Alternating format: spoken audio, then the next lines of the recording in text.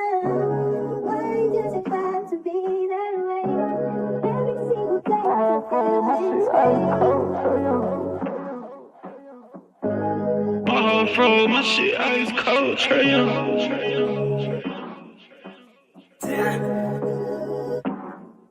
And you know I wear my heart on my sleeve. You hitting all the reads. Pack your shit like you finna leave. I go and hide your keys. Put you in position to win. Bless you without a sneeze. Bust you down in all the VV. That we was getting cheap. Overplay my part, I can't breathe. I feel the pain in my lungs. I thought we really was one. My heart cold like Trey Young. Overplay my part, I can't breathe. I feel the pain in my lungs. I thought we really was one. My heart cold like Trey Young. Shit ice cold, Trey Young.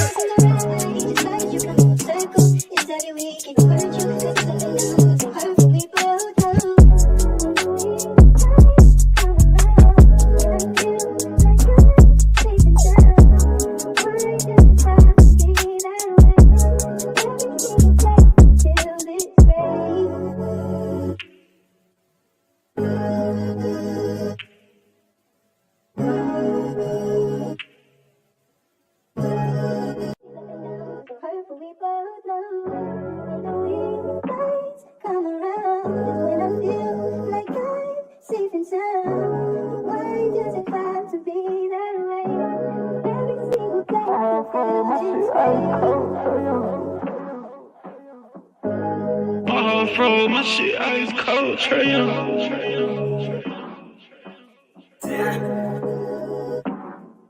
And you know I wear my heart on my sleeve. You hitting all the reads. Pack your shit like you finna leave. I go and hide your keys. Put you in position to win. Bless you without a sneeze. Bust you down in all the VV. That we was getting cheap. Overplay my part, I can't breathe. I feel the pain in my lungs. I thought we really was one. My heart cold like Trey Young. Overplay my part, I can't breathe. I feel the pain in my lungs. I thought we really was one. My heart cold like Trey Young. Shit ice cold, Trey Young.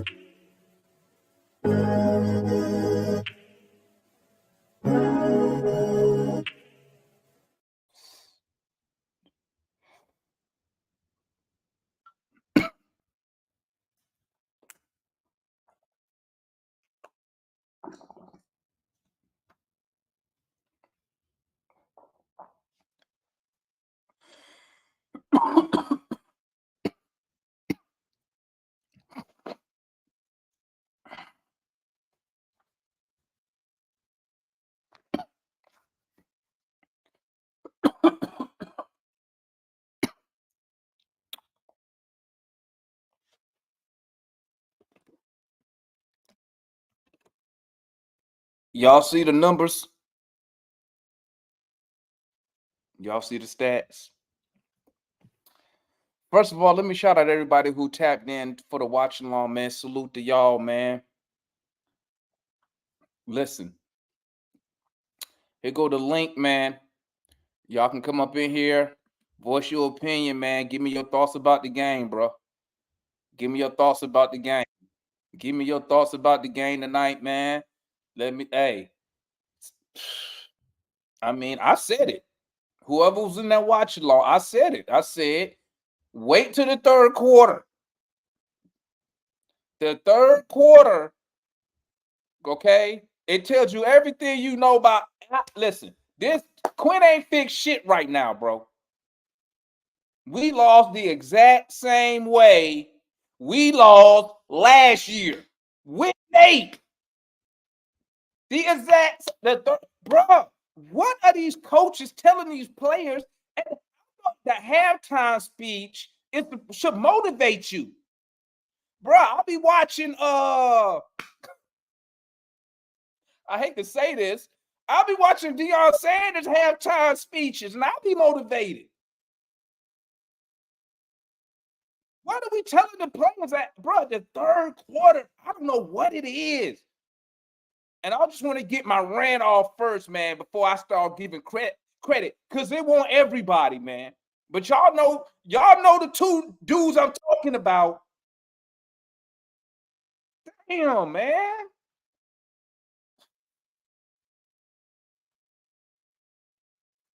Let me bring y'all on, man.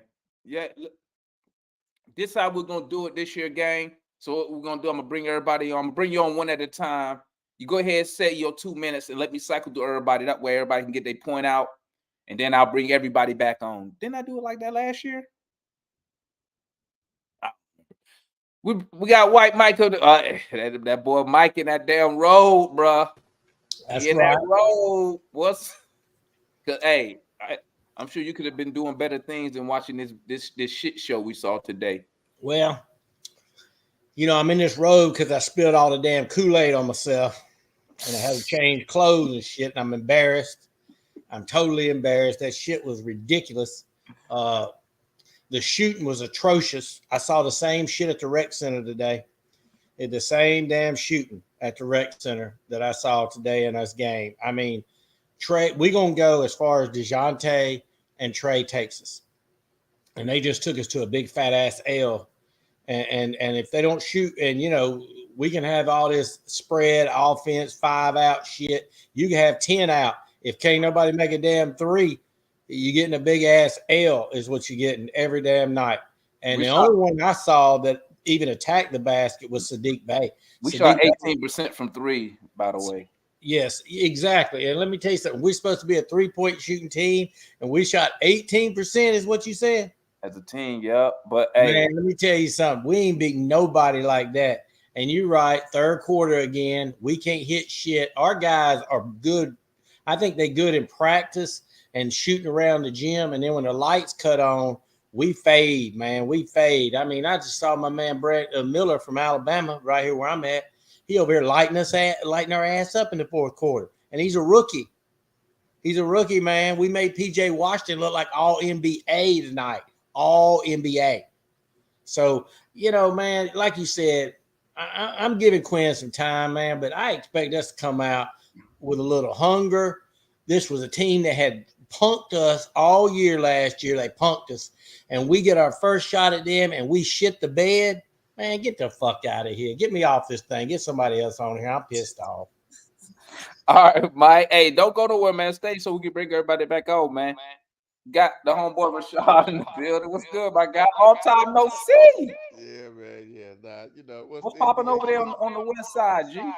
It's good, man. Me and my wife just bought a house back in July, so I've been busy trying to do that, trying to Okay, congratulations on that, my finish some guy. other stuff, man. But nah, man. All in all, I wasn't too mad at the game. I thought we played good overall. I liked a lot of stuff I saw from Trey. Mm-hmm. I felt like he played in control. Even like so, like You ain't talking about the shooting, is you? well, I feel like he took good shots. I mean, there was a shot that he took that I thought was a bad shot, but it was really for a 2 for 1 at the end of the third or at the end of half or something like. No, we didn't even get a shot off at the end of half. At the end of the third, he was going for a 2 for 1. So I understood that. Uh, I mean, shots don't fall, shots don't fall. I don't have a problem with that. I mean, I was lighting up the chat. I don't like Sadiq Bey starting. And it's just defensively. Like we can't be we can't be a subpar defensive team, and you can't start two lower tier defenders. I thought Sadiq Bey did good when the second unit when Quinn would put him back in Mm-hmm. and he play against the second unit even at the particularly, and they like he had Jaylen at the four, Sadiq at the three. I thought that was a good rotation, but I mean, all in all, man, I thought it was a good game. I'm still a little worried because I don't think I don't see the difference right now. I still feel like our lineups are jumbled. I feel like there's a lot of like guessing.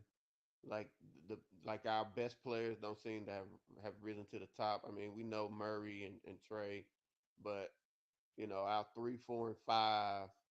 You know, we don't know who. We don't have anybody that we can depend on, any role players that we can depend on yet, Yeah. and I'm concerned about that. Okay, well let me bring everybody else on, man. Stay so I can bring you back on. Bring everybody back. All right, bro. What's good, Mike? Talk to me, my guy. Yo, what's up, bro? Chilling, man. What Chilling. up, what up, what up, what up? Nothing. Oh, I saw hey,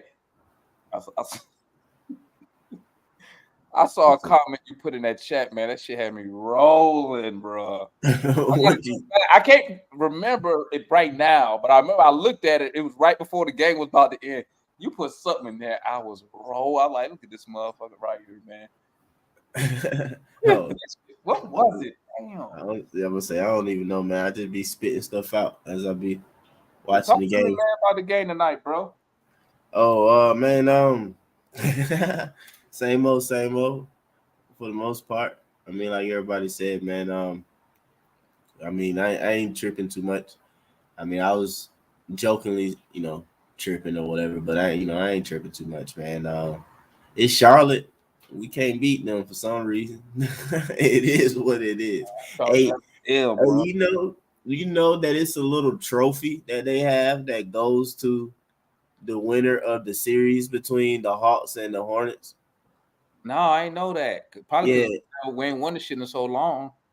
I mean, that because I'm watching the Charlotte broadcast, so that's why I figured out about it because obviously they got it, and then they didn't even know about it themselves. But apparently, whichever team wins the season series or whatever holds this little pig trophy or whatever, some hog or what I don't know, some. I saw that. Trophy But or whatever. I saw that. I had the TV on mute though. That's what you was talking about. Okay, yeah, that's what they're talking about or whatever. So that was wild though. But I was like, damn, I did not know that. But anyway, but JJ Ball, man. Hopefully that's JJ. Every night, man. Like he be aggressive, and I always said, yeah, aggressive and like consistent or whatever. You know what I'm saying? So if he do that, man. Like, yeah, that's JJ. Everybody that what we all hope for and everything. Look like he'll be becoming his own. Bay was kind of off for the most part tonight.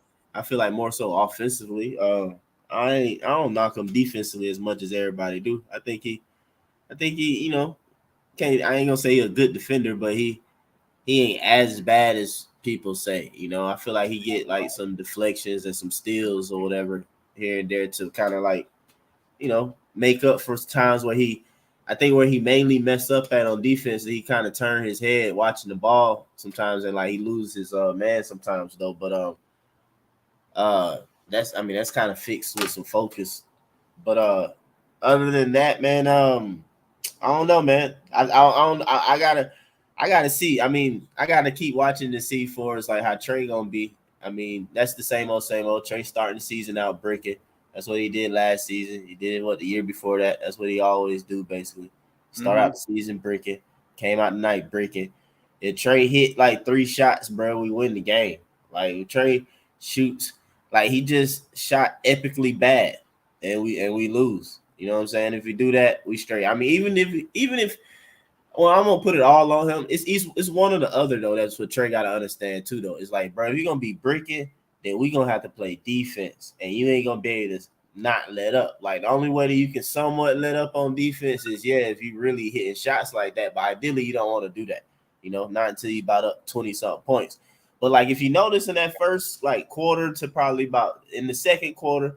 And midway through the second, I more so say around that point, that's where we lost. I feel like that defense's intensity. I feel like everybody were like, their hands were up, they were jumping, you know what I'm saying?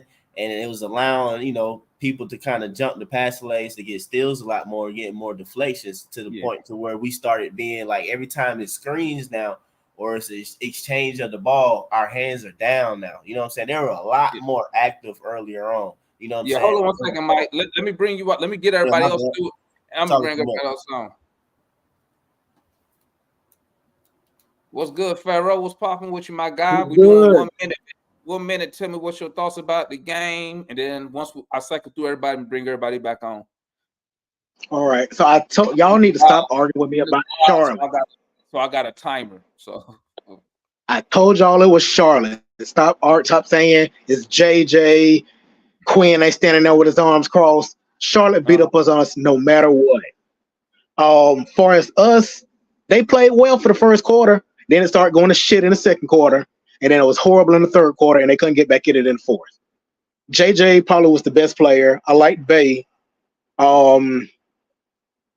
They all shot like shit. What was like 3 for 20, 3 for 23, something like that. Some was like 18% from three as a team. They play like they play in the first quarter. We probably would have won. They was getting a lot of steals. It was like one part where they got like 4 or 5 back-to-back steals and deflections, and they fucked up in the second half. Why they let Terry Rozier start cooking, I don't know why. Then PJ killed us. I really didn't see much from DJ until like the end. I mean, there really wasn't much. He went to the basket, but that motherfucker still shot like shit. The best player was JJ. Period. Facts. How Double O get in foul trouble? And well, it was the beginning of the fourth quarter. He was already in foul trouble. Clint was so. I guess that's pretty much everybody. All right. Stay in the back, man. Let me get Tandrew up in here. What's good, my guy? What's your thoughts on the game there, Tandrew? Well, shit. First of all, I want to appreciate you for doing this for all the Hawks fans. You know what I'm saying? Win, lose, or draw, you still here. So shout out to Damon. Shout out to We Talk Hawks. I'm fucking shit. I mean, I seen a lot of good stuff early. I thought we was gonna be able to maintain it. You know, I don't know. I think the rotations kind of he gonna have to get those rotations together. Because what was it at the end of the half when he put all the starters back in at 3:30? That's when everything went to shit, and we never recovered from that. Trey and DJ sucked. Maybe because they're both ball dominant point guards. They're having a hard time operating in the system. Maybe that's it. The 3-point shooting sucked. Shout out to Jaylen. Shout out to Sadiq. Shout out to Capella. Those are the only people that I think really made an impact on the game. And aside from that, you know what I mean? It's the first game, Charlotte, whatever, all the excuses. But I can't believe we lost this goddamn game, yo. I can't believe we lost this fucking game. Did I call it 10? Didn't I say that third quarter, Tandrew? Didn't I say it? Yeah, I was fighting it, man. I was like, nah, it ain't. And that what KB said, hey, don't worry about it. I said, KB, listen, I know this team, bro. I'll wait till the third quarter before I start talking shit. Yeah, and everything went to hell. It was horrible. It was horrible to watch that shit. And then just the last thing I'm gonna say is they should have gave JJ the ball at the end of the game. I understand contracts and all that kind of stuff. We gonna win, lose, or die with the ball in Trae Young hand, but you know, I think that's where Trae got to show his maturity is, you know, do one of those spin-in passes to JJ for the win. Yeah. All right, Tandrew, stay in the back, so I can let me go through everybody else, man. And all then right. we're gonna bring everybody back on. Who we got next? We on Foot. Yep. What's good, Foot? What's your thoughts on the game I got? Well, you already know my thoughts. You was I told you, you just need to chill out. So everybody calm down. This is the first game of the season. That's why I kept been saying, wait about game 15 or 20, right? Relax. Ain't nobody finna change all these lineups and then all this right now. But first and foremost, they look like the same damn team we've been watching the last 2 years. Let's start with that, right? It looked like the same team. We should not look like the same team in our effort, right? So if you look at the first half, the energy level was up. We had our hands in the lanes, right? We get tips, we get steals, right? Not in the second half, right? We missed shots. That ain't what did it. It's that energy, right? You know, Bay, somebody said something about Bay defense, Bay had 5 steals. So, I mean, can't say much about that, right? When you look at it, right? And we stopped pushing the ball. We stopped pushing the ball and making them play defense. Then we started, especially, this 5-out bullshit. Like, you know, Matt love to say we playing 5-out. You're not making them play defense. They ain't break a sweat on defense. You understand what I'm saying? Stop this 5-out bullshit. Move the ball. We had ball movement and people moving in the first half. Easy shots, right? So then so that's it. So then you got to go back here, right? Yep. All starters didn't show up, but we still should have won. What you call that 5-out bullshit? Yeah, because if you look at it, and I think I said it on the live chat you had. Look at them just standing around, just standing while Trey doing all this, right? The dudes on defense literally playing the zone. They just standing there waiting for Trey to do something because they man standing, right? Yeah. And somebody said Clint, I think Tanju, I can get on that. Clint played okay, just okay. Dude, 15 and 13. 15 and 13. That ain't playing okay. Let me bring on Mikey. Well, two more I jump off. 00 foul trouble. He got what he got. JJ looked real damn good. I just want to be consistent with it. This is what we need. Don't grow up. I'm bringing everybody back on. Just running through everybody. So we on Mikey now. What's good, Mikey? Let me guess. I bet you're gonna come in here with some more positive stuff. Of course, because I'm not worried at all about this. I really am not. Yeah, I'm not worried at all about this. But we just tricked off another game. It's all good. Well, but here's the thing. Here's the thing that's different about this game than many other games we tricked off last year. What is? We tricked this game off on the offensive side of the ball. We couldn't throw a fish. Jeez, I'm a little under the weather. That's why my voice is like this. But we couldn't throw a fish in the ocean, bro. We literally, I think I will, no matter what amount of money somebody puts up right now, I will double, triple, quintuple, quadruple, whatever number or multiplier you want that money, that this team will never have a night where nobody makes more than at least 2 threes again this season. I'll put $100,000 on it if I had it. When you put $100,000 when Trey and Murray have a good shooting game at the same time, it seems like every time it's always. But yeah, that was gonna be my second point. This team simply isn't built to win games when your backcourt plays like that. And people could say, oh, you know the numbers, the number the 65 in the second half, 65 in the second half. Yeah, you can look at that, but if you look at that, all of that was centralized in the third quarter, and then you had from 5 minutes to 3 minutes when Brandon Miller got a lot of threes. Bogey really struggled to guard him right there towards the end of the game. It wasn't even paint penetration. It was just not physically closing out. But I mean, it ultimately just comes down to hitting shots for me.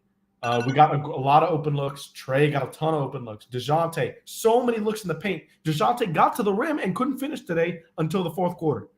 And, DeAndre Hunter didn't really feel like he made a great impact on the game. Sadiq, let me tell you, man, his first half was absolutely abysmal.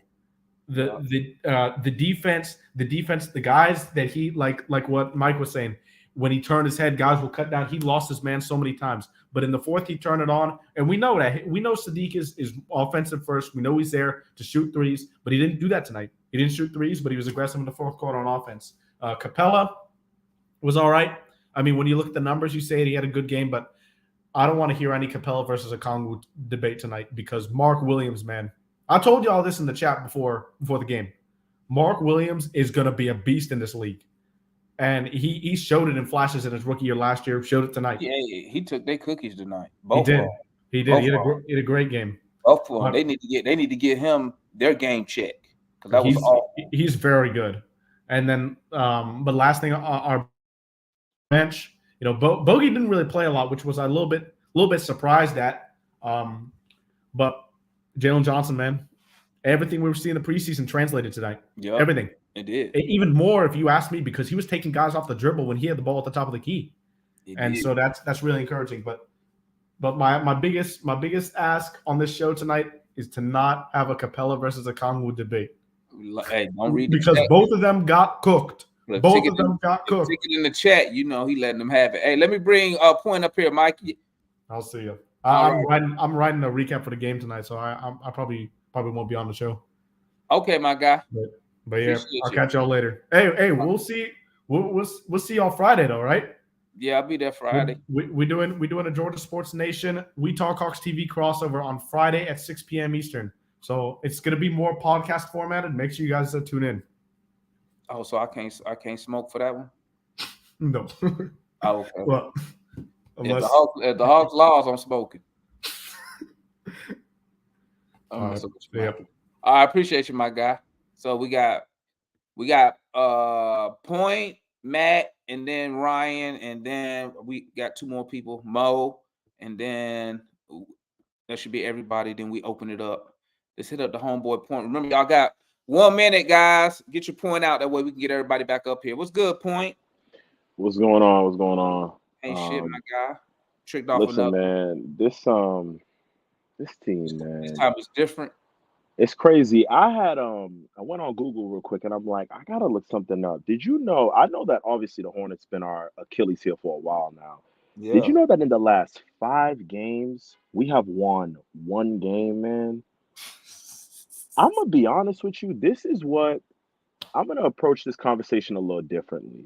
You know what's worse? Last year we lost to them. They didn't have Melo or Rozier. Damon, you're gonna trigger me. So I'm gonna move forward with a convo. You're gonna trigger me when you bringing up those facts. Yeah. My issue is this, and when all the guys come in, we could talk about it a little bit further. But number one, as a head coach, listen, I understand, Quinn, you need time to be able to get your team together, but it should not take 25, 30 games for you to figure out these rotations. So take L's like tonight and do a deep dive and understand what works for this team. Because some of the things that really aren't getting talked about really need to get talked about. Number one, Bogdanovich, I don't know if it's his knees or something, but he is not laterally quick. I was watching PJ Washington take 1 dribble and he's by him with ease. I understand Capella got me 15 and 13, and I appreciate that. Mm-hmm. But can you box out when we really need it? Can you stop with these little tip rebounds? DeAndre Hunter, why are you fouling out game 1? You are fouling out? That's unacceptable, man. Come on. Because he was guarding the team's best. He was guarding the other team's best player. I don't care what nobody says about Sadiq Bey and defensively, whatever.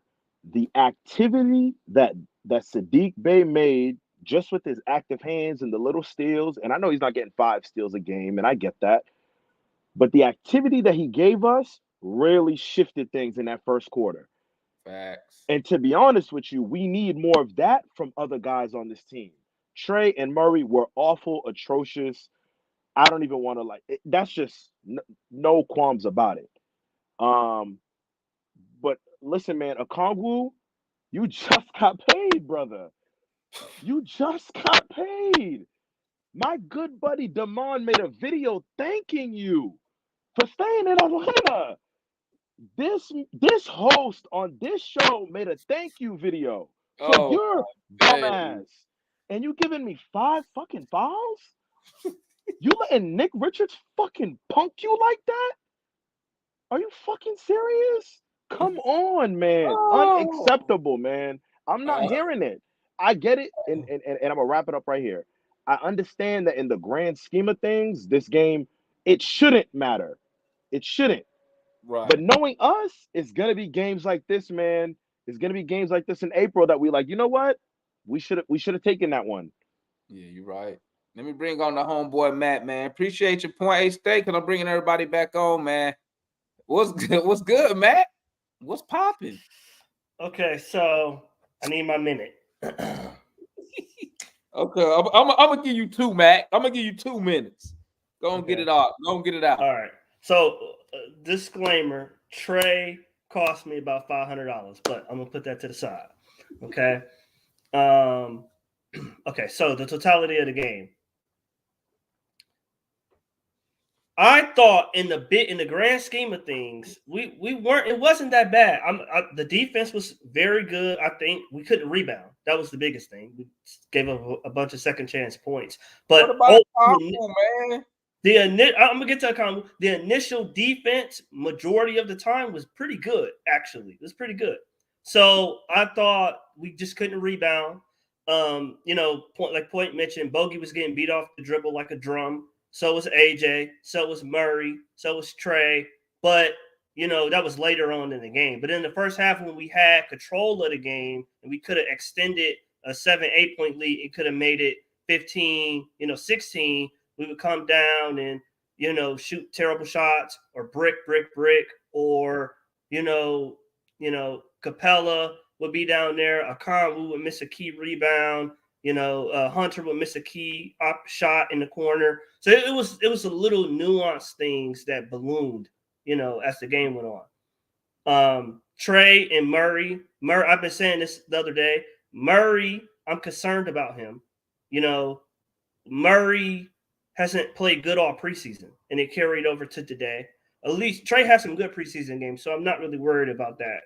His shot will come back. He airballed that wide open three that could have gave us the lead or tied it at the end, towards the end. So, that was a big miss. Capella, DJ threw him the ball. If Capella he had a Ben Simmons moment down there at the rim.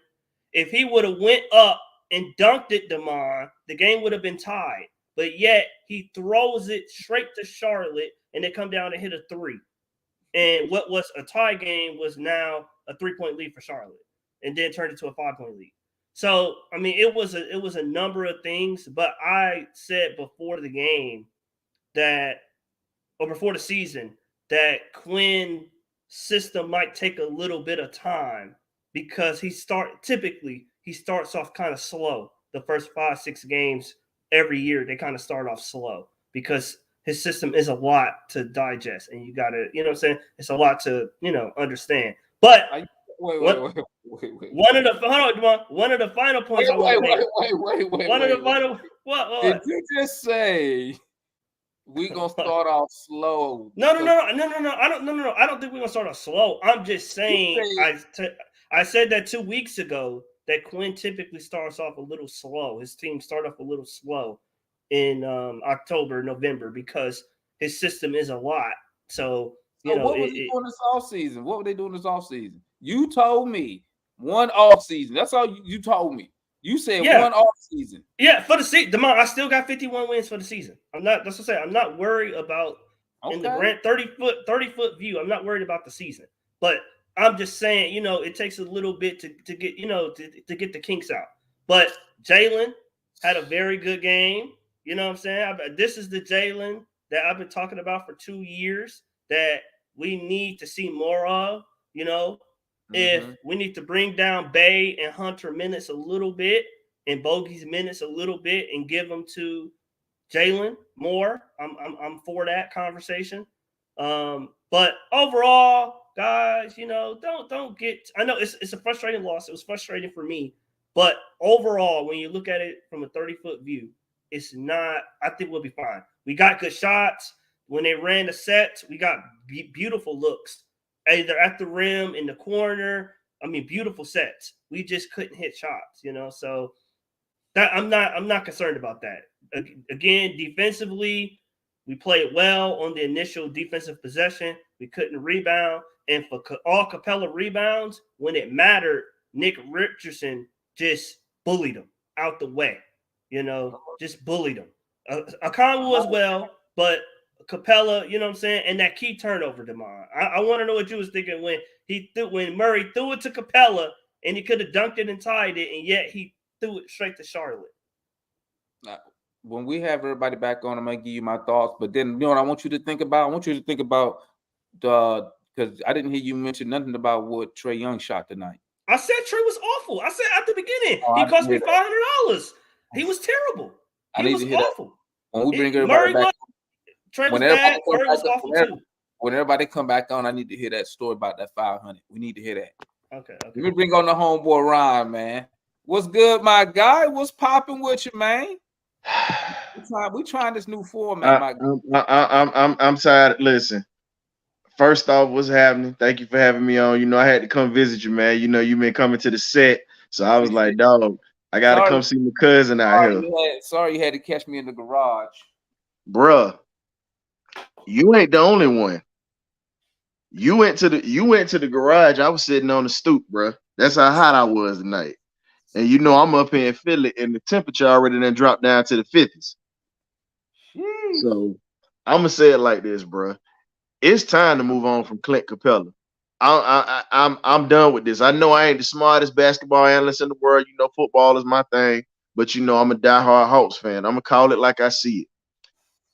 Clint Capella got bullied. Like, how can I put it? That joker got beat down like somebody he owed somebody some money. That's how that joker beat him in the post. And you know, for a guy that was a great shot blocker and rebounder, you letting a guy that's supposed to be not even your equal just dominate you like that in the paint. Like, that's disappointing. Like, I'm gonna keep it a buck with you. Don't do that. Watching Clint Capella is like how you broke down when we talked about Drew Dalman, the center for the Falcons. He literally is getting bullied the same exact way. And yeah, you got your 15 points tonight. You got your boards, of course. That's good. But when we need you to come through in clutch situations, we need you to go ahead and put down. Okay. It's like, it's easy to do it. Go ahead, bro. No, I'm listening. Go ahead, man. Talk. And the thing is, I was glad when we grabbed Sadiq Bey when we did, because he brings an element.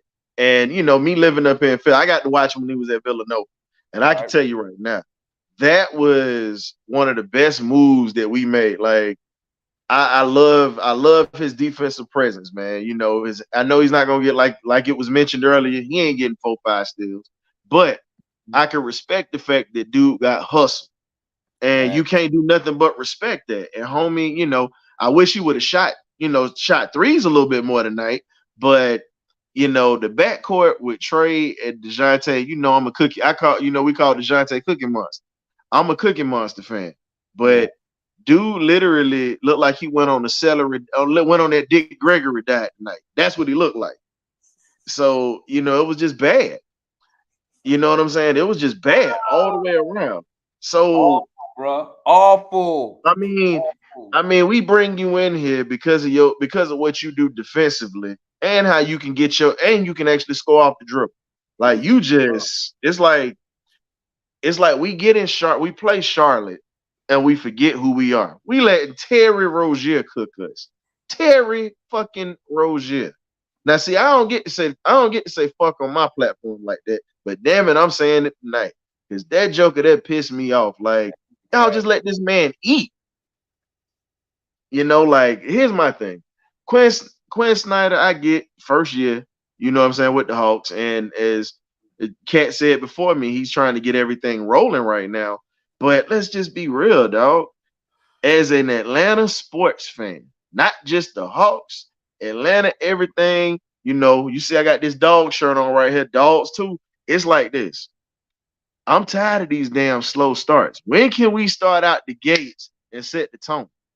When as teams that we pull for around the city, you know, the Braves did their thing except shit the bed, just like the Hawks did coming out the gate shit in the bed. But when can we ever get a fast start out of any team that we have out of the city? That's just me, bro. Like, I'm gonna be honest with you. I got to have me a drink tonight, because this right here kind of pissed me off. Now I'm a little bit pissed off, because it's like, now I got to think about if Georgia start off slow against Florida Saturday. I got Georgia beating them by 21, not 14. I got 21. But if they start off slow like this, shit, man, it's gonna be a long weekend. So I'm like, man, the Braves shit the bed. Falcons, thank God they saved us, but the Hawks starting the weekend off bad already. Yeah, man. I appreciate you, man. Bring on Mo, man. Hang out if you want to. I'm bringing everybody back on, my guy. All right. Okay. What's good, Mo? Talk to me. Yo, Demond, how's it going, man? What's your thoughts on the game tonight, man? Man, I'm not gonna lie. A piece of me felt like we was gonna get an L regardless. You know what I mean? I don't know what it is about Charlotte, but they got our number. But Hell yeah, they do. I'm gonna just keep it short and sweet though, bro. Go ahead, I'm talk not, to me. Yeah, I'm not gonna overreact too much about this loss, but there was some positives and there was some negatives. I'm gonna say the first half is what we could be as a team. We was flying around. We were getting that fast break going, super fast, and I think that we were being just like really disruptive. But then the second half is kind of like what we were last season at times, and I feel like it was like the elephant in the room rearing its ugly head. You feel me? So it's kind of like sometimes when our shot isn't going, we just revert to these weird bad habits, right? And then it's like I think it starts with Trey. I'm not even like trying to say that he was bad for most of the game. Even though his shot wasn't going, I think he had the right mindset. But there was I think within that third period, I think his shoulders started sulking. You could just kind of read the energy, and he was kind of like in his own head. So I'm glad, like at one point we kind of like turned it around. And I think everybody got their head back in the game. We were able to compete, but we just couldn't beat out that bad shooting. But I think it was encouraging that they were able to just come back a little bit and try to iron it out. But I think that's just like our main problem. If we can get over that issue, whenever like we're not scoring, if we're able to just get back in and just like have that steady offense, kind of like what the Spurs in San Antonio used to do back in the day. Like they just have that consistent rhythm. Something to just like hang back on. And I think a part of that also comes with us being a jump shooting team. So it's like you live by that jump shot. But Jaylen, man, I think that he might be somebody that's going to help us alleviate that a little bit, because he was taking over towards the end a little bit, like you just seeing like everybody standing around. So he just started like driving in more. So, I mean, I think that was really encouraging. And I'm not going to lie, man, I'm buying the hype right now on Jaylen, bro. Like, I think that this might be a MIP season for him. I'm not going to lie, because it was just effortless. He was getting his points like it was nothing, bro. You know what I mean? It's like LeBron type of shit. So, but like I've been telling people, man, like it's crazy how everybody sees all this potential in Jaylen Johnson, but the head coach don't start him. Man, I think that's gonna be a tough decision at some point of the season. If he keeps playing like this, so it's kind of funny how you can see all this, right? But the head coach, who everyone speaks very highly of as an offensive-minded coach, is not starting this guy, because he did play him with Clint Capella tonight when Clint Capella was out there. So I don't. Yeah, that's what I told people. This I said I think that Quinn favors Bay's 3-point shooting ability over Jaylen Johnson, or what Jaylen Johnson brings on the court. And that's why I always kept saying, tweeting, his folk Jaylen, if he could shoot 33%, just league average, that would have him to start. I think that's the only thing that Bay has over Jaylen Johnson. You know what I'm saying? Oh, what about this? What about dropping him? Yeah. What about dropping him and playing Bay? And because once again, he ran that same lineup, Bay and Jaylen at the same time. So I mean, what was your thoughts on Okongwu, man? Man, I was just about to get to that, bro. I'm not gonna lie. I was talking a bunch of shit in the Facebook group. You feel me? He's making me look bad. Eat my words, But I'm gonna just chalk it up to the bad, the first bad game of the season. But I know, there's a bunch of people in the chat I was, going back and forth with, man. But they got me tonight. But I'm not gonna lie. I think Okongwu was just ass tonight, man. He was getting no boards. You know what I'm saying? Like he was fouling out and shit. Clint was doing everything. I'm not gonna lie though. Clint, I would say that he wasn't really a problem. He wasn't getting in the way. But I think that the rebounding was like a lot of like they were fighting over the boards. You know what I mean? There was a lot of tip rebounds, and a lot of times he would try to go back up and it wasn't converting. But I mean, that was not really taken away from anything. So I mean, he did his job, honestly. But yeah, man, Okongwu got to step it up, man. He just got paid and shit. We're talking about getting him starting.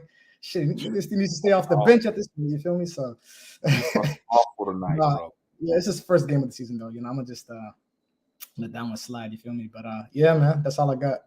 Hey, I appreciate you for tapping, man. Stay back, because I'm gonna bring everybody on, man. I think we only got one. Oh, we got 2 more people, and then I'm gonna bring everybody. What we at? 44 minutes? Okay.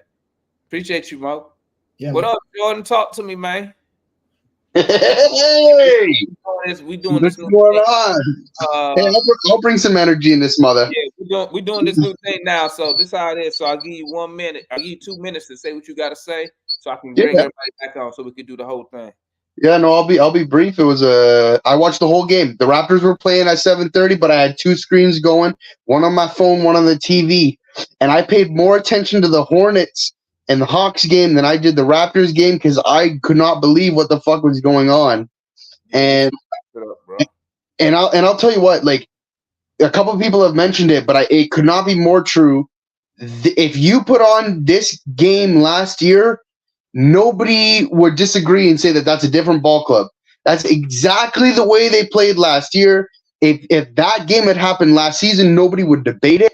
That is the same crew right now. The rotations look the same. The offense is hot at times and staying at others. It's exactly like it was. I don't know what the hell is going on, but like you had all this time to prep a new system. Quinn's the savior. I was expecting to see some nice stuff tonight. It's the Hornets. It's the fucking Hornets. PJ Walker. You said Quinn's the savior? Yeah, that's what I was hearing all year. Matt was telling me every time I was up in here. Quinn's gonna bring us to the promised land. You guys got nothing to worry about. Bullshit. I see the PJ Walker is LeBron in 03. What the fuck's going on? I'm trying to watch the Raptors fucking kick ass tonight, and I can't even pay attention because I see fucking Meladon all over the fucking court. I don't know. I'll keep it brief. It is what it is. It's just one game. You guys are gonna bounce back from it, but I couldn't fucking believe what I was watching. Me neither, bro. But I predicted it though. I told them on the watch along. I said third quarter. I'm gonna know everything I need to know to third quarter, and they did exactly the same that we did last year. We checked off another game that we won. I mean, it's ridiculous. Hey, Trey and DeJounte need to take their game check and get that shit to Jaylen Johnson. It starts with that. He the only dude who looked like he wanted to play, man. Well, Bay, and here's the thing: people were slashing Bay. I thought Bay was aggressive tonight. He was one of the very few that at times he was really going after it. He showed emotion on the court tonight. Got that and one. He really showed some emotion, like he cared for it, And nobody else on the court showed nearly that. So, anyways, my time's over. Yeah, let me bring on my boy OG Truth Hurts, and I promise y'all, he's the last one. He's the last one. What's good, OG Chauncey? Hey, what's shaking week talk? Hawks TV in the house. What's happening, man? What's happening? Chilling, man. Tricking off games, doing what I done. Well, you're not gonna win when your top two guys shoot the ball like that. Trey did have 23 and 9. I do give him credit. From the line, shit. Yeah, that's what I was about to say. I do give him credit knowing that his shot was off. He did get to the free throw line. We had got that same effort from Hunter. We probably wins that game. Jaylen Johnson, hey, young fella balled out tonight. Sadiq Bey, he gave us 15, 5 and 5. He had 5 steals tonight. So I mean that's got to count for some. I heard somebody saying that his defense was terrible. Well, I mean, I can't put terrible with 5 steals. Now, maybe he just might have been lucky enough to be in the right place at the right time. Clint was Clint. He gave us 15 and 13. He was trying to give us extra possessions, but we just wasn't knocking down the shots. Only 9 from Hunter. Found out he's got to give us more offensively. But you ain't gonna be able to. You're not gonna be able to get much offensively if you're in early foul trouble. He was in early foul trouble from the onset. Okongwu, he wasn't totally. I mean, goddamn. He did okay. I don't know. He did okay. I guess a lot of people are gonna probably scrutinize him a little bit more because he just, got a little change. The question that I have for Hyrule Q is, it looked like that they kind of exploited. They were smart enough to exploit Trey defensively. I think Buffkin probably could have gave us a few minutes in each half, just guarding the perimeter a little bit. I think Charlotte's a better team than a lot of people giving them credit for. If Ball and Rozier is healthy all year, you never know what this team may look like, and that PJ Washington dude can play. And look like that rookie, Brandon Miller, can play. And those two guys in the paint do their job. The Williams kid and the Richards kid. Gordon Hayward is just being a savvy vet, so the team might not be as bad as a lot of people think. It's no reason to get too up or too down. We got to hit shots. But I don't think our defense is too bad. We played overall decent defense. Would like more from Bogey coming off the bench. I saw Coach is trying to make him be more of a facilitator. I'm with that, but just first game, man. All righty, man. Hey, Chauncey's the last one, so I'm about to bring everybody on, man. We can chop about this game. Let's go. Boom, boom, boom. Boom, boom, boom. Oh boy, it about to get thick up in here. Boy, real thick. I already know what it's gonna be like, man. I'm just gonna sit back and I'm gonna get me some tea. What you think about what Chauncey said, man? They were trying to exploit Trey on the defensive side. You muted. Maybe that's a good thing. We can't hear you, Matt. I didn't really see that. Sorry, I didn't really see that. I thought they exploited Bogey more than shit. Trey. Let But me lift my leg up. It's getting too deep up here. Pay your leg up. But I mean, I thought that I thought none of the guards could really. I agree with him about Kobe playing more because I thought none of the guards could really keep Charlotte in front of him. Right, Terry Rozier in particular. You know, DJ struggled, Trey struggled, Bogey extremely struggled. So I mean, you know, I didn't to Trey in particular. I didn't really see that. Okay. Hey, somebody rubbing against a microphone or something. I think that's Chauncey Mike. Somebody kind of outside. Nah. Hey man, you know I'm a hot boss. I keep that damn fan on me. I just got it off.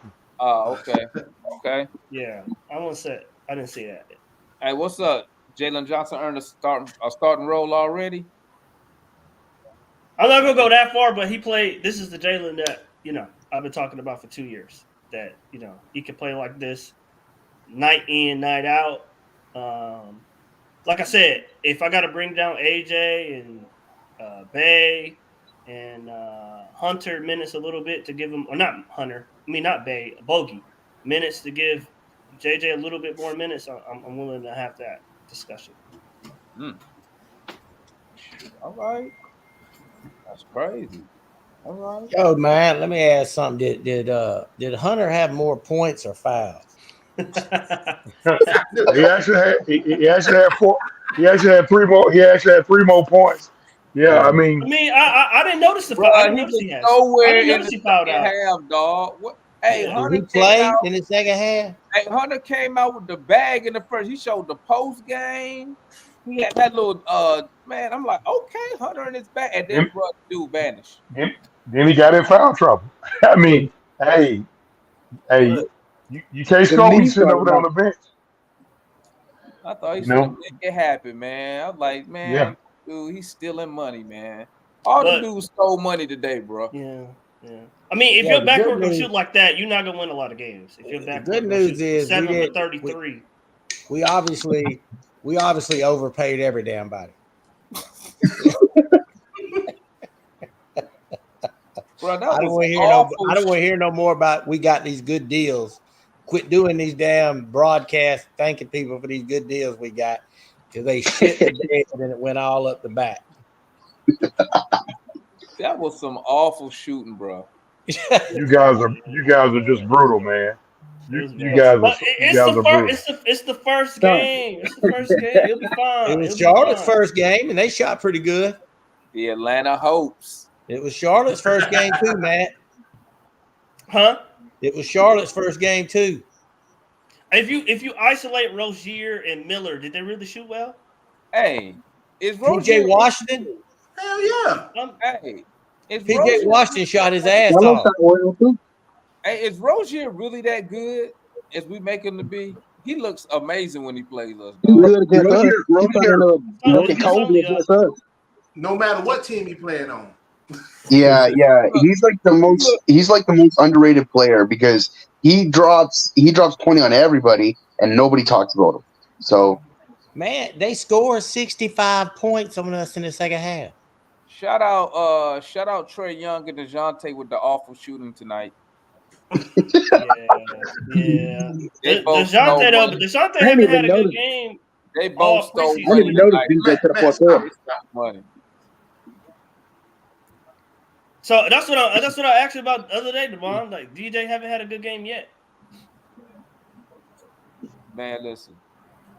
Hey man, ball movement, player movement. Bro, I'm gonna tell you something, Matt. We lost this game, and I think I said this on the watch along. Exactly how we lost the games last year. It looked no different, bro. Same team. It looked. Lamar, we just did it. You know what's crazy? You know what's crazy? We was winning. We was dominating at the 3:30 mark of the second quarter when he brought them starters back in, dog. We was up 11, I think, when he brought them starters back in at 3:30 in the second quarter. And because I sat there and I said, you know what? It'd be nice if we hold Charlotte to under 50 at the half.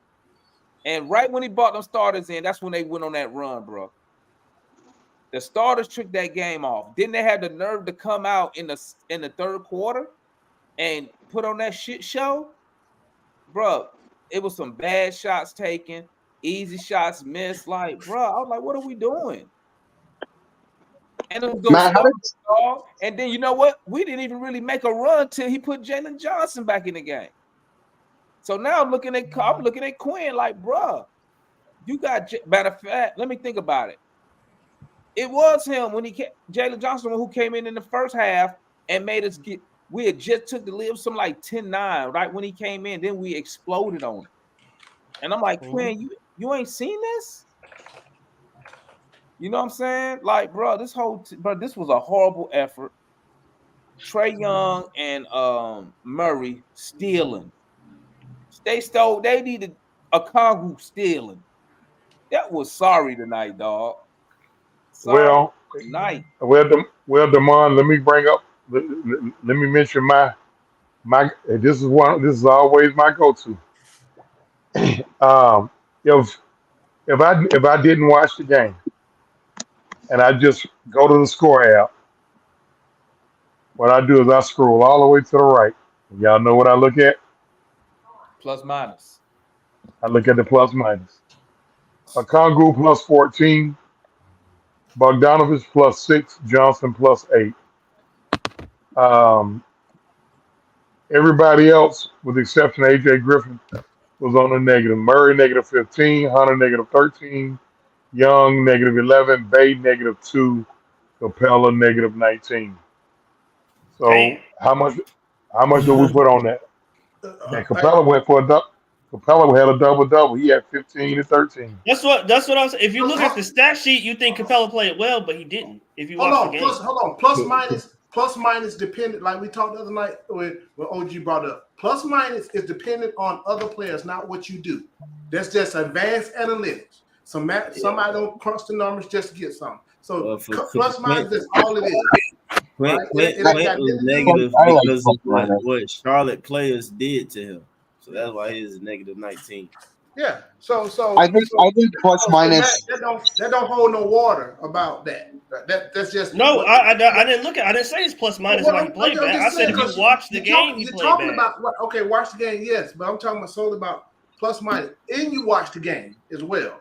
Because what you did when you came on, what you always do, the players that you like, you gonna throw the pom-poms up and table dance from all of them. The players you don't like, I said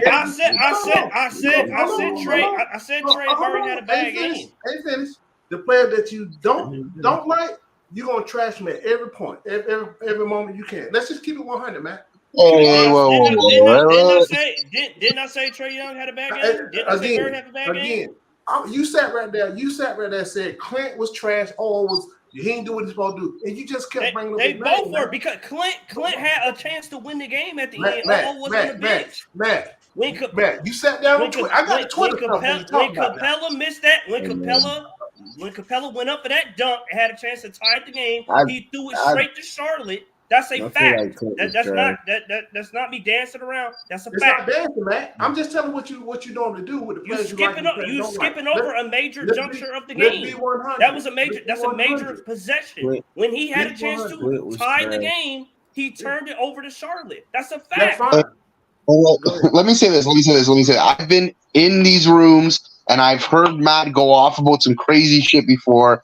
I'll say this: he did not let Trey and Murray off the hook today, but there is one person he did let off the hook that I don't appreciate. And I mean, I ain't saying that he's bad or anything like that, but he deserves credit for this, man. I haven't heard one negative thing about Quinn Snyder from you, Matt, the whole fucking time you've been on here. This guy had an off season. He had an off season. Let me finish. He had an off season to get this shit ready to go, to make it look different. This team looked exactly the same. He deserves some accountability, man. He deserves some accountability. I said a week ago. It's just the same results. That's all it is. If you watch, that's what I said. If you look at the stats, that's one thing. But if you watch the game, they did not play the same as they have. I watched the game. I watched the game start to finish. Their defense was better than it was at any point last year. Last year we gave up 145 to Charlotte. This year we gave up, in all intents and purposes, they gave up 110 or 113. So the defense was better. Offensively, they ran totally different sets this year than what they ran last year. It don't matter who on the sideline. Charlotte beat us up. Same shit. Third quarter, with no energy, stop playing damn defense. It's the same damn team doing the same That's shit. what happened. It's the same thing because it just. That's just what I see. Yeah, that's just what I see. I don't want to be an asshole, Matt. I was actually defending you there. But I told y'all 2 weeks ago or a week ago, I said Quinn needs a little bit of time because he always starts slow. Matt, stop with excuses. That's a fact. It's not a fact. It's not an excuse. It's a fact. Matt, but listen though. You just saw it tonight. I mean, even though it was a short, it's a small sample size. I say that, but we're gonna take Philadelphia preseason game into this as well because we talked about this after that game, and people was like, "Oh no, blah blah da da da, just preseason or whatever." But we was like, "This is the first time they got the whole roster. Everybody's playing. It went a full rotation for a majority of that game, right?" So we saw what happened. They did the same thing, kind of blew it third quarter. We talked about that. All right, they did the same thing, arguably today. A little bit before halftime, it happened. What they said, the 3-minute mark or so, or whatever, going left or something in the second quarter. But anyway, same thing happened. But it's the at some point, man, you gotta players inconsistency outside of system. It's not so much of a system that's gonna drive this out. It's the players' discipline on the court and being consistent. Sure. Like that's what, like when I be saying consistency and all these times, whatever, and saying it all the time, or when last year not blaming Nate so much or whatever and blaming the players, because just seeing that it's like these dudes ain't consistent, and that's what Foot be trying to say. I know it sometimes might sound dry and boring and basic or whatever, but yeah, if these boys consistently do the right thing, play with energy, effort, and these things go right for them. When they stop, things start going wrong for them, and that balance out even shooting bad. If they, Trey shot bad, but they kept up that defense, like I was trying to explain earlier, with their active hands that I'm literally looking at. It's a difference at the way every time Charlotte picked up the ball to pass, defenders' hands were up and they were jumping, doing things. So it was all tough passes. Therefore, it was easier for other players to basically just jump past the lanes and get steals. We were causing troubles. They stopped doing that. Then you notice, like on those things, even when it was traps, doubles, or just one person, whenever the ball got picked up to get past or whatever, now hands are down and they just out there now. And it's basically Charlotte just doing kind of what they want. Ain't that pressure necessarily on Charlotte. And you getting that from everybody. But then they stop. And I mean, by default, a lot of times when you talk about inconsistency and all this stuff and everything, that's where the leadership stuff comes into question. Then it wind up going to your highest paid player, your star player, or whatever, which is basically Trey in this situation. That's who it wind up, you wind up looking at or whatever. But that's the Hawks issue.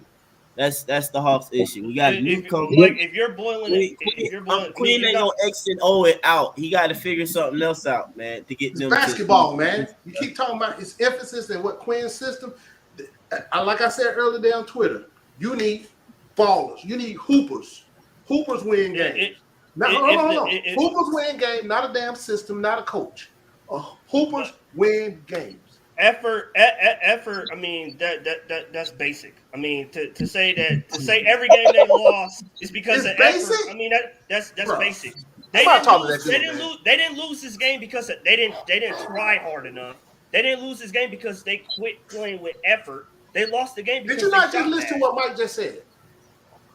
And I'm telling him, if you're boiling it down to effort, you're not going to hold a team. To hold a team in the NBA to 113 points, that's good. How do y'all think? You're not going to hold a team to 96 points. How do y'all think Bogey? How do y'all think Bogey and Bay played defensively? They didn't play well. I think they played okay. Bogey was all right. I mean, Bay. I mean, between the two of them, they had 8 steals. That's why I asked. I feel like they played okay. Playing playing on-ball defense isn't the same thing. Well, that's still part of defense, though. In my opinion, Bay on-ball defense ain't bad. The thing that get Bay in trouble is when it's the off ball and he loses man because he turning his head. Rotation. As I always said, the defensive rotation. He get caught looking at the ball and he loses man. And man, like cut off of him or something like that. That's what like most of his. I mean, you can't say somebody played bad defense, man. When somebody sometimes just score on. I mean, it is the NBA, man. I mean, if they dare and their hand is up and the only thing they can do is basically foul them. I mean, the person just made the shot. I mean, and a few times looking at Bay, I'm literally looking at shoot like PJ Washington. Oh, that was a good shot. He made a shot. PJ Washington made a good shot on JJ when he tried to dribble JJ, cut him off nice and good. He stepped back though and splashed one. I mean, it's just that's my point, Mike. But that's not effort. It's not effort. It has nothing to do with effort. What you mean it's not effort? Yeah, effort plays the part. I was talking about how the effort in the specific area and how we impacted the game. We impacted what Charlotte wanted to do basically on the perimeter. You know what I'm saying? What they wanted to do, passing the ball and even just attacking or whatever. We gave more energy and effort for us, like I said, actual hands up. Yeah, that's basic. It's a basic fundamental thing though, but like if players doing that, DJ, even Trey, all of them, you're doing it now. You're longer. You making the pass have to go higher. You get deflection, and we did that more often. I'm just saying they stopped doing it. If the Hawks, and I'm saying they're not going to do that. They're not going to do that. But that's the thing though. That's your standard, and for me, that's whack. The standard should be you do that for 4 quarters, bro. Like that's the difference. I'm telling you, that's not going to happen. Do that for 4 quarters. But you said Quinn emphasize that now. That's what you said. You've been saying. What? That's your words, not ours. So you he been emphasizing what? I have a quick important question. If Matt was the head coach of the Hawks, over or under 20 wins this season? It would be 60 wins. But Mike, I got your point. I'm just letting you know that to play with that level of defensive intensity with a offensively. Matt, that's not intense. There's no. You stand in the lane. This is not intense. Stand in the lane. Stand in the passing lane. That's how they got their hand. That ain't no. Yeah, they're not Put saying the be defense up. full out defensive for 48 minutes, but you got to be active for 48 minutes. That's the Yeah. basic shit you was So- getting, man. I'm gonna tell you what I saw. I saw a bunch of motherfucking missed shots. That's what I saw. That's what I saw. That's all I saw. Over This and shot over Yeah, because what I'm They looking did step out That's like it. defense. Because That's They- it. what They I'm looking missed at out the right whole. now. They missed out the whole miss game. shots, y'all. Defense What- It's was just what- down. what- hard what- shots. It's just the counter to What- that. Because when you breaking shots, you play defense, and you know what Absolutely. comes from defense is easier offensive shots. You ain't finna miss no dunks. You're not finna miss that. Unless So if you I'm Capella. missing threes, I need So- to play even better defense. I don't So- let down on Mike, defense. Mike, so Mike, they Mike. break it. And that's Mike, when the I- Hawks I- do too much. We do the opposite. I feel like Exactly. y'all are saying like two different things though. Like I feel like Mike, what you're saying is like the things that they were doing last year is just coming back and rearing its ugly head again, like the inconsistency and the bad focus, right? But earlier y'all were also saying like the offensive system from the offseason. I feel like I already see a lot of changes, right? I feel like we're playing faster. Trey is coming off of those curls. I don't know if y'all noticed, like he's coming off those double pick curls coming into the lane. There's better ball movement, good shot looks. We're just breaking a lot of easy shots, but I feel like what y'all trying to say basically just says that there's like a lot of inconsistency and bad focus when the shots are not falling, and that just leads to the bad, like worse defense. So I feel like y'all kind of saying the same thing. You know what I mean? I'm looking at the numbers right now. We was a negative 18 from three. They made 6 more threes. We was a negative 8 from 2. They made 4 more 2s. Trey was We 1 for made 7 OG from 3. So yeah, he took a big we portion. made 8 more free throws, but missed 6 free throws. We lost by 6. They had more assists. Offensive rebounds was even. They out rebounded us 51-42. We had 12 steals to that 5.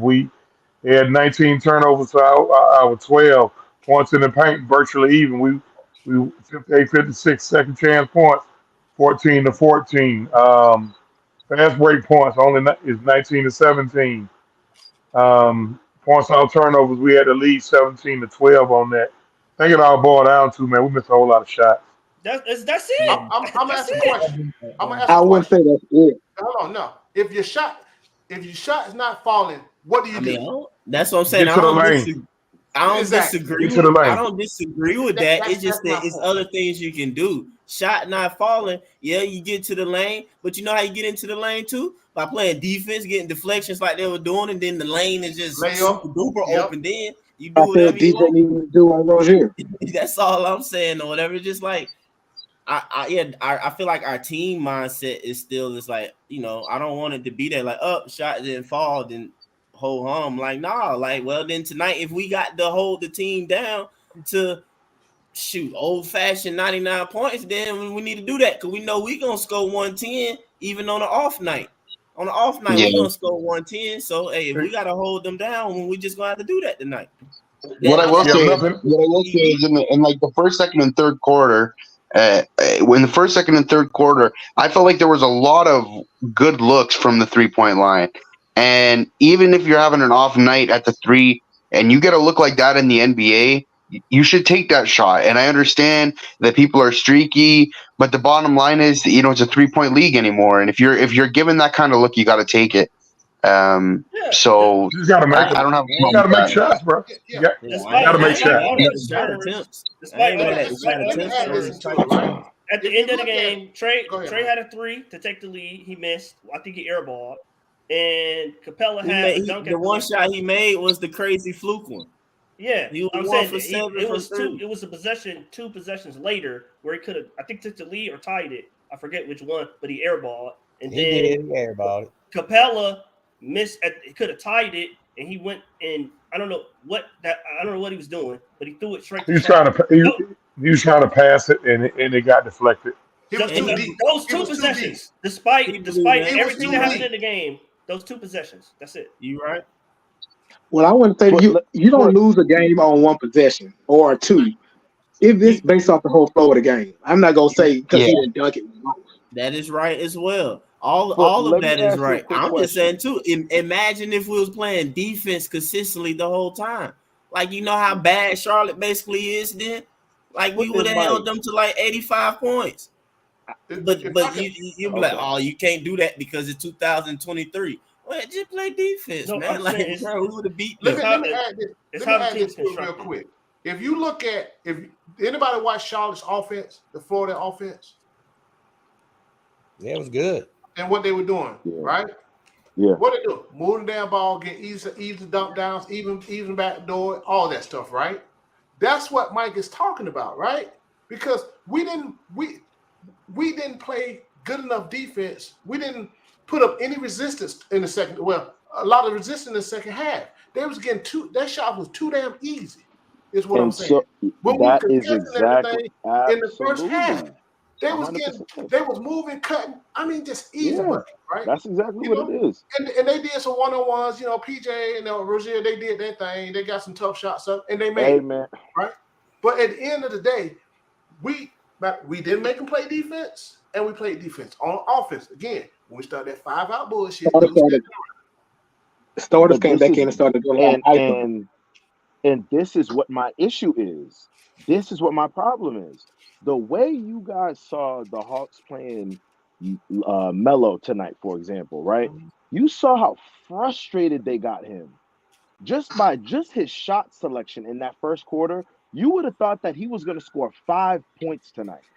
He was going to go 3 for 30 because he was frustrated because he was dealing with what felt like 11 fingers all like legit like in the lane, bro, getting punched, whatever, getting steals and all of that. The way we were getting those steals, just watch the effort. He was on the floor dragging himself. And this is what my issue is, because from a chemistry standpoint, and this is where I have to give Quinn I have to look at Quinn and I have to question him a little bit. When it comes to a division rival, I don't care who it is. I don't care what the record is. You need to be ready to play. And this is how it always is against these dudes. It's the same thing with the Wizards, the same thing with the Heat. It's the same thing. And this is what pisses me off. And it's frustrating because why can't we approach games with a different mentality? For example, Mike, right? You saying, you know what, let's get our active hands and all of that. At the end of the day, if we're not going to play like that for the next 10 games, I would rather you do it against the Hornets. Because at least you can let us know as fans you're ready for the game. Because I know you guys will turn it on against the Nuggets. I trust that. But when it comes to these division, like, take it seriously. Yeah. It's One thing I do want to say. These Hornets, real quick, Jordan. My last sorry. point is this. My last point is this. The way the Hornets specifically play us, if you go back and look at some of the games, you remember the Miles Bridges game, okay? The both Gordon Hayward games in 2021, the Rozier game. Y'all remember these games, right? Yeah. So what my issue is that they play us as if, you know what? All this praise, all this love that the media be giving y'all don't deserve that shit. They play us like that and they hoop on us every time. So take it serious. Play with a No little doubt. extra effort. Yeah. You know, like if you think about the top teams in the league and the teams that have been consistently competitive, they all have something that this team doesn't have. And that is a guy that is known for defense, man. Like, not to say that the roster is constructed poorly, because it's not. And if people give good effort, like Mike said, I do think that a consistent effort, I do think that defense improves a lot. But if you think of teams that have been successful, obviously the Bucks have Giannis, the Celtics, they have Drew Holiday. You know, you think of these teams. Golden State's got Draymond.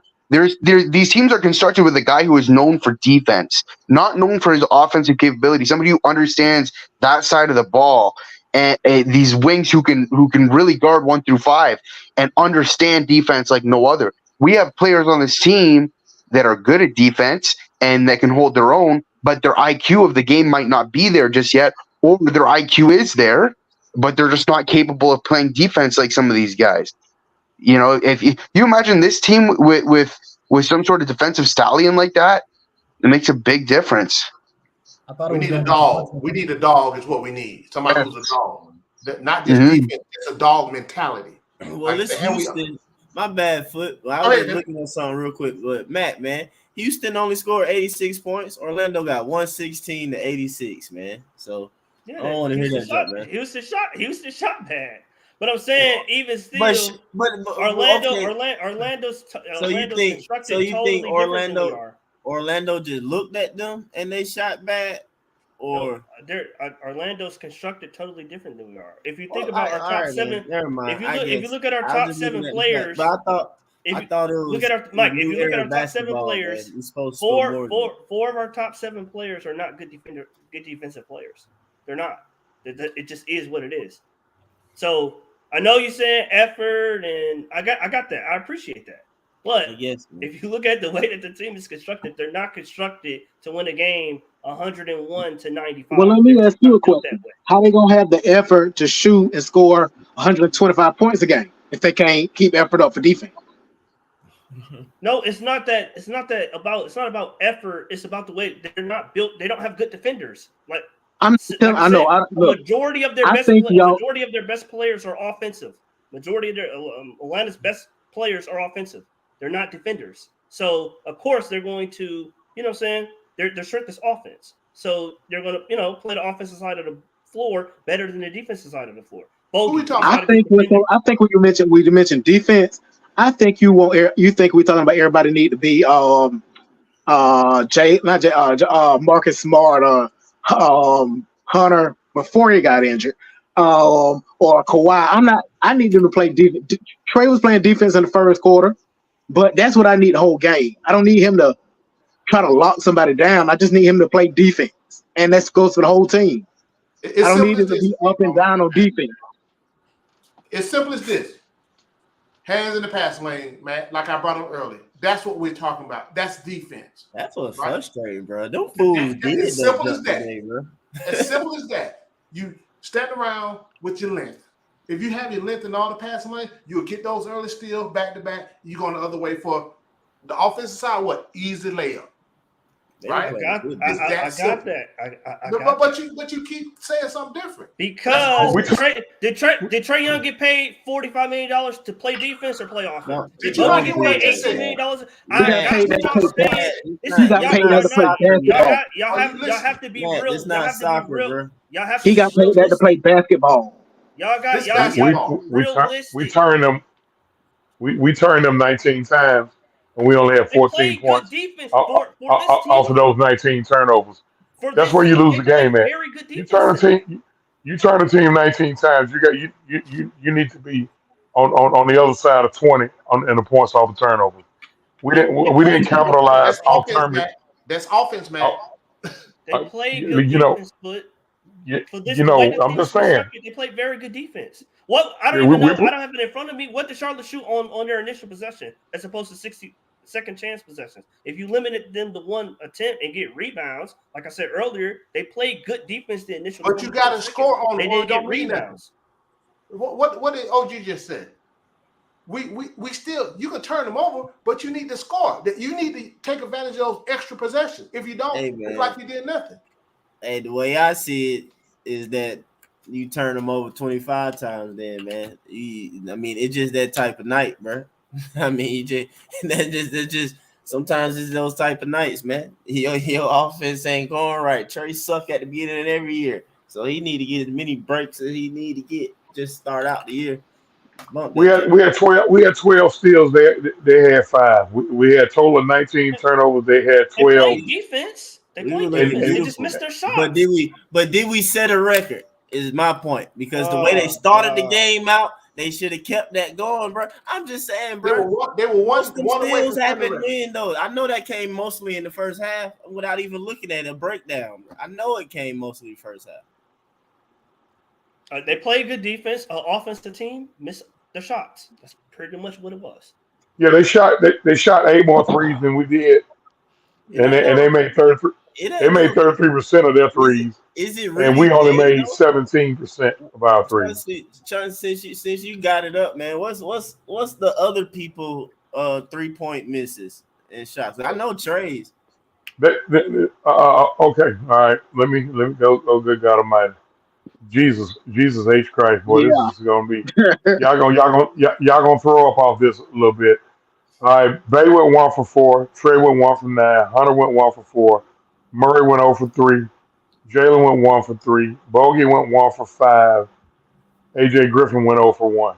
Guarantee you that will never happen again. Bro, Yeah, I mean that's what listen, it was. That was the listen though, when game. y'all say, but the thing is, the reason why I don't see I'm not saying we didn't play bad offense. You're right, but really, it was Trey. Yeah, he was 1 bad. for 9 from 3.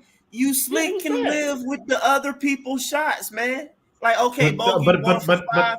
Murray can't have 9 points, Mike. Murray can't have 9 points. 9? Mike, are you mad at the threes he took?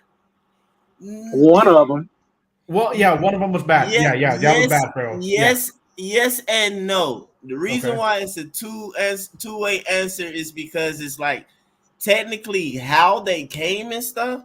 No, yeah. But yes, because it's like, bruh, the game ain't in hand for us. It's questionable, and you've been breaking, my dog. I know you confident, but you gotta kind of get it a different type of way or whatever, because we trying to win. You know what I'm saying? That's all it is. So that's why it's a yes and no.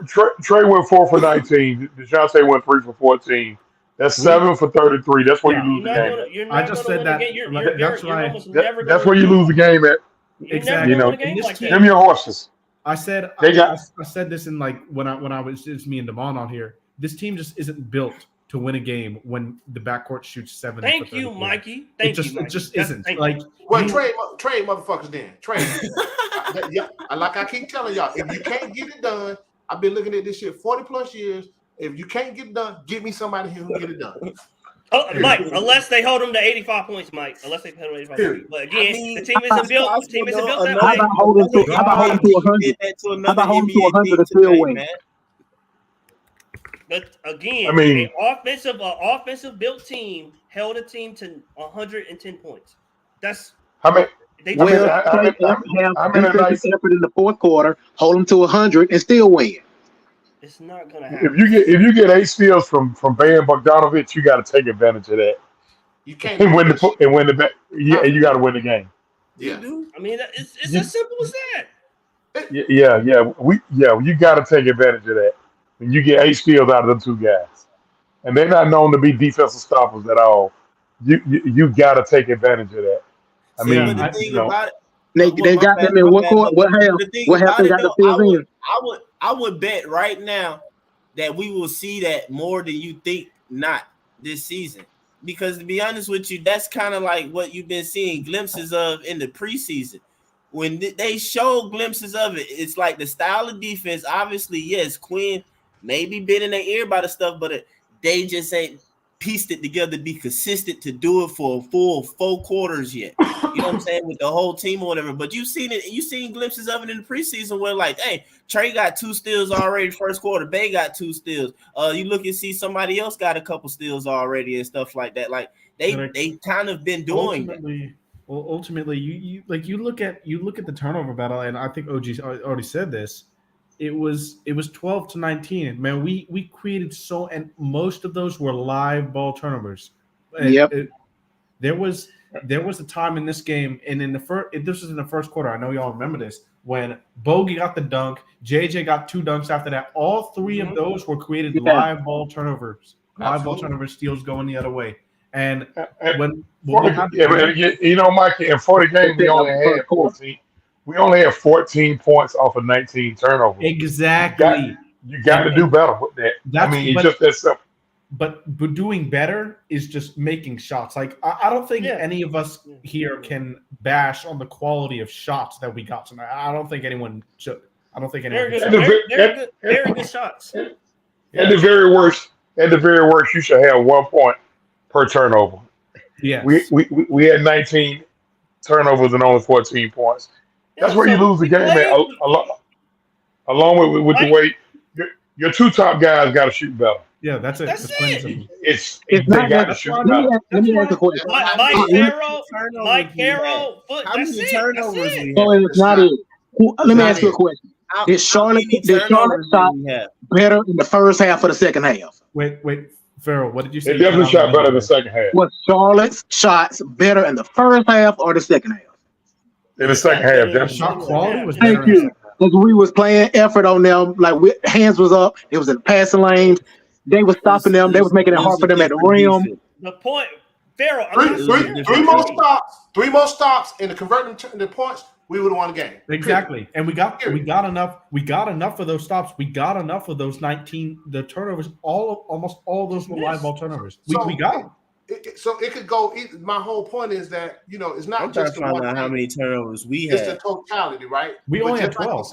Yes, the shots. We only had 12. We had 12 turnovers. That's a good number, Mike. Mike, that's a good number. How many turnovers happened after we forced the turnover? Mikey and Matt, let me ask y'all a quick question, right? I totally understand what you guys are saying about just being able to make shots, and the reality is sometimes you have one-off nights like this. Am I missing that? No, I think that's the spot on. There are definitely that's not the only reason, but I think it's the biggest by far. Okay, I think it's the biggest by far. Let me ask y'all this question. When you are in a game where the offense is inconsistent, the defense is inconsistent, at what point do we just have a mentality where we just switch it on? Where does that come from? Why is it that as soon as they put LaMelo Ball in actions on the baseline and he started passing the ball, he started dumping off to the big man, and they started getting these athletic plays going, they just switched it on? Why can't we do that is what I'm saying. Where does that spark come from? Because it should be, I think that most of the fans would agree, it should be our star player. It should. I agree. Trey. You see what I'm saying? So if it's not there for this night, my question is, okay, Trey, if it's not there offensively, well then you got to give me something defensively. I thought honestly, y'all know I criticize Trey. I criticize Trey to no end on the defensive end on this show and wherever I go on Twitter too. I thought tonight, honestly, he kept LaMelo Ball out of the paint pretty well when he was on him. He didn't guard him for the whole game. And honestly, DeJounte really wasn't that good on Terry when he was on him on the second half. He really wasn't.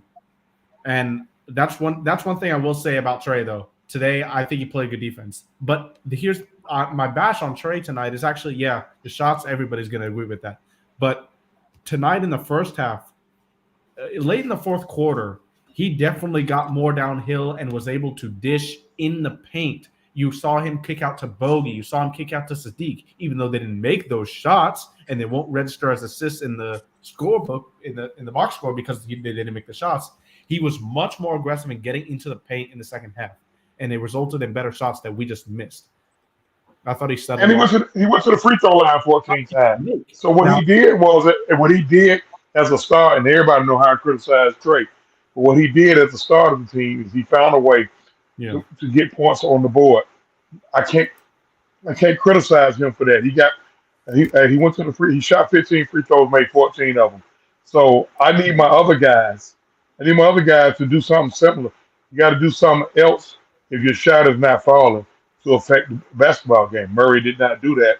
Hunter did not do that offensively, but again, he couldn't stay on the floor because he was in early foul trouble. Like I said, Clint. Bay 15, 5, and 5 steals. So Bay's 5 steals, he did something to affect the game. Bogey didn't score that much, but he had 3 steals, so he did something to affect the game. Jaylen Johnson was a godsend tonight. He almost single-handedly brought us through. And really, honestly, man, unless I missed something, that was about it. Y'all know what's crazy? And that's all I'm saying. You have to find a way to play championship-type basketball, right? How are you affecting the game? You can miss shots all you want to. So that ain't the main thing. What else are you going to do different, right? That's my whole point. I'm gonna die for the loose ball. I'm gonna play hard. I'm gonna fight more. Somebody come to the lane, through the lane, gonna let him walk through, touch him up or something. This is my whole point. You can I do that think on the defensive side. You can just stick your damn hands up. So it's not comparing to like defense against offense or vice versa or missed shots, whatever. It's what else I'm gonna do if my shot ain't falling. There's plenty of other things, and Chauncey just laid it out. So I'm talking about defense. I'm talking about the small stuff like hands out. That's the easiest thing you can do. We don't require much effort. That's what we were doing early because we're not a defensive. That's what I was saying, man. We're not a defensive stop. Let's keep it I don't 100. need him to Y'all turn just do into it. Yeah. Tony Allen. It's simple. They don't miss shot. Yeah. Do something different. Get an extra rebound. Put a body on somebody. Period. Y'all know And what's Foot, crazy. to add to that point, Foot, Okay, my I'll go. only thing with this, Foot, is this. What's frustrating about this team with the consistency is that you will see that level of play for a full. You will see it against the Nuggets. Yep. Yeah.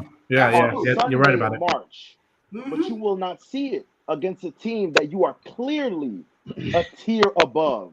Yeah, the Hornets That bench is is what is garbage. frustrating for me.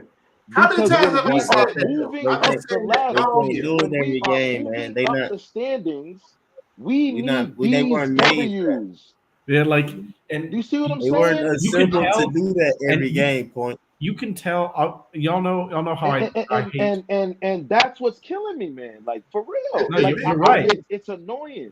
Yeah, you're right. And y'all know how I hate looking at stats without context, right? I bring that up all the time. If you just look at stats and say, "Oh, this guy had 6 and 9, this guy had 16 and 10. Oh, he was better." Not like there needs to be context. But you know what's something interesting tonight? Somebody who has the box score pulled up, don't look at this or don't answer this question. Who do you think was the highest plus minus on the team tonight? Oh, we even talk about no plus minus. No. I know. I hate that stat. I hate it. I hate It's it. not a real I stat. think Johnson It's said terrible. earlier. I think it was Jaylen. What, Right? Trey? No, No, it was in my opinion. It was in my opinion who I think played horribly tonight, Onyeka Okongwu. Which is I know, right? And he had it by a mile. So that's why we need context. I know. He was plus 14, and that's the next biggest is Jaylen at plus 8. So that kind of gives you just a glimpse as to how bad like stats without context are. You can say you see that, you say, "Oh, Onyeka was our best player tonight, bro." No, he played horribly. Bro, like stats without context, anybody who brings up stats, you need to have context with it in just future talk, please. Stats are stats. Analytics is what I have a problem with, right? Stats are hard. 10 points, 8 rebounds, whatever. Those are stats. This plus minus, the per and all this other bullshit that be coming up. That's just straight. Some mathematician went in the back room and conjured up some formulas to make some damn numbers for you to talk about. That's for Vegas. That's for all those guys, right? So yeah, stats from a context standpoint, basketball. I don't. Stats. I think that's what analytics is you need context. I'm not gonna say stats need context. That's my opinion. Stats are facts. I did this, I did that. And analytics plus minus with this person did this while I was on the floor with this person did this, which you didn't even affect. It just happened to go analytics. Okay, this combination of people on the floor, his plus minus whatever. He might not even pass the damn ball. Yeah. He's just on the floor. That's exactly, Antonio. Exactly, Antonio. And that's my point, because I was talking to somebody on Twitter today. They were like, "Oh, you know, Onyeka Okongwu, man, plus 14. He played so well, bro." Exactly, Antonio. I can't highlight your chat here, but he played with the guys in the second unit who had a greater effect on the game. If you look at the entire stat book, all the Hawks starters negative, all the Hawks bench in the positive, and that's largely due to because of how weak and how terrible the Hornets bench is. They're terrible. They have nobody. That's facts. Exactly. Facts. So when you have stats like these, just look at why. And that's a perfect point, Antonio. It's plus minus. These people who say, "Oh, look at this person's defensive rating, individual defensive rating." Those two stats, when everybody uses individual defensive rating or plus minus for me, I just like that.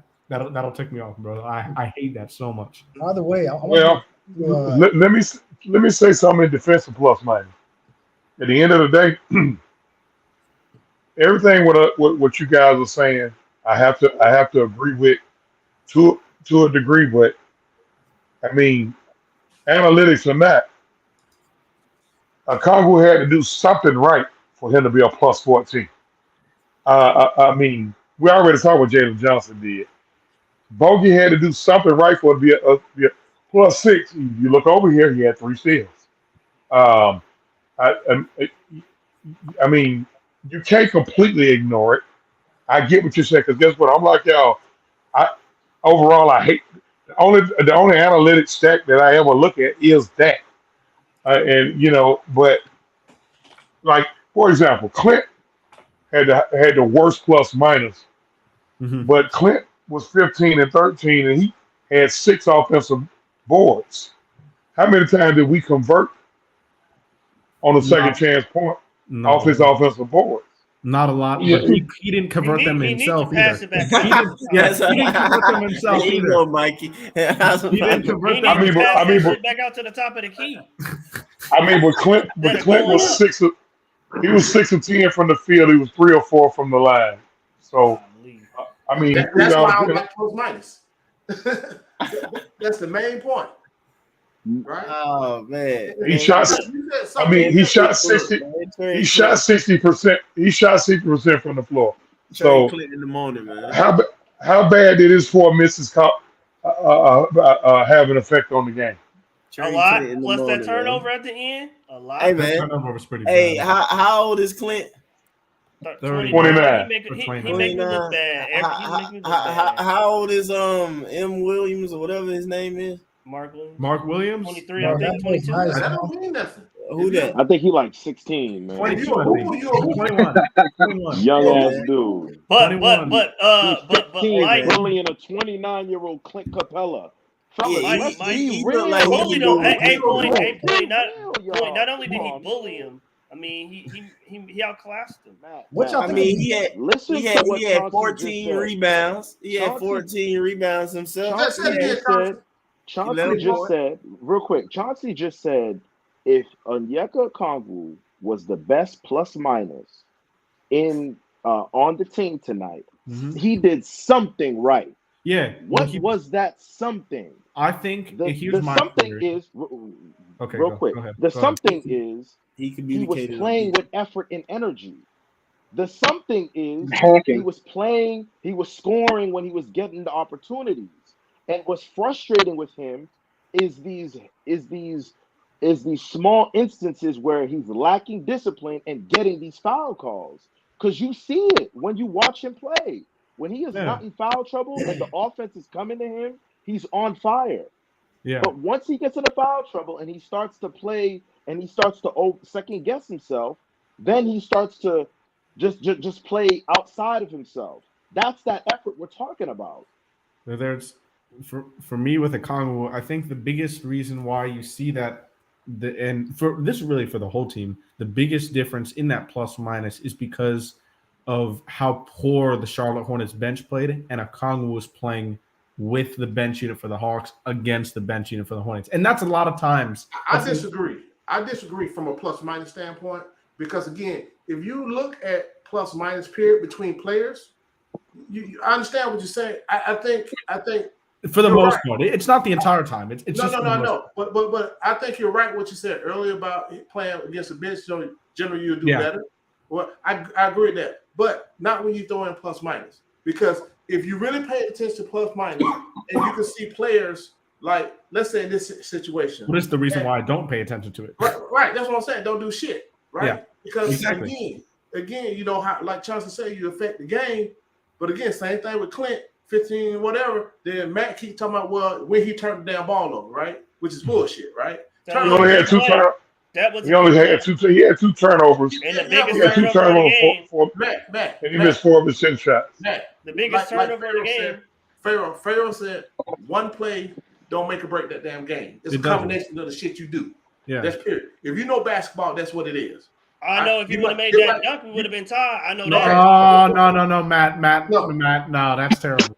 That's terrible. That's a fact. That's a fact. If you would have made that dunk, we would have been tied.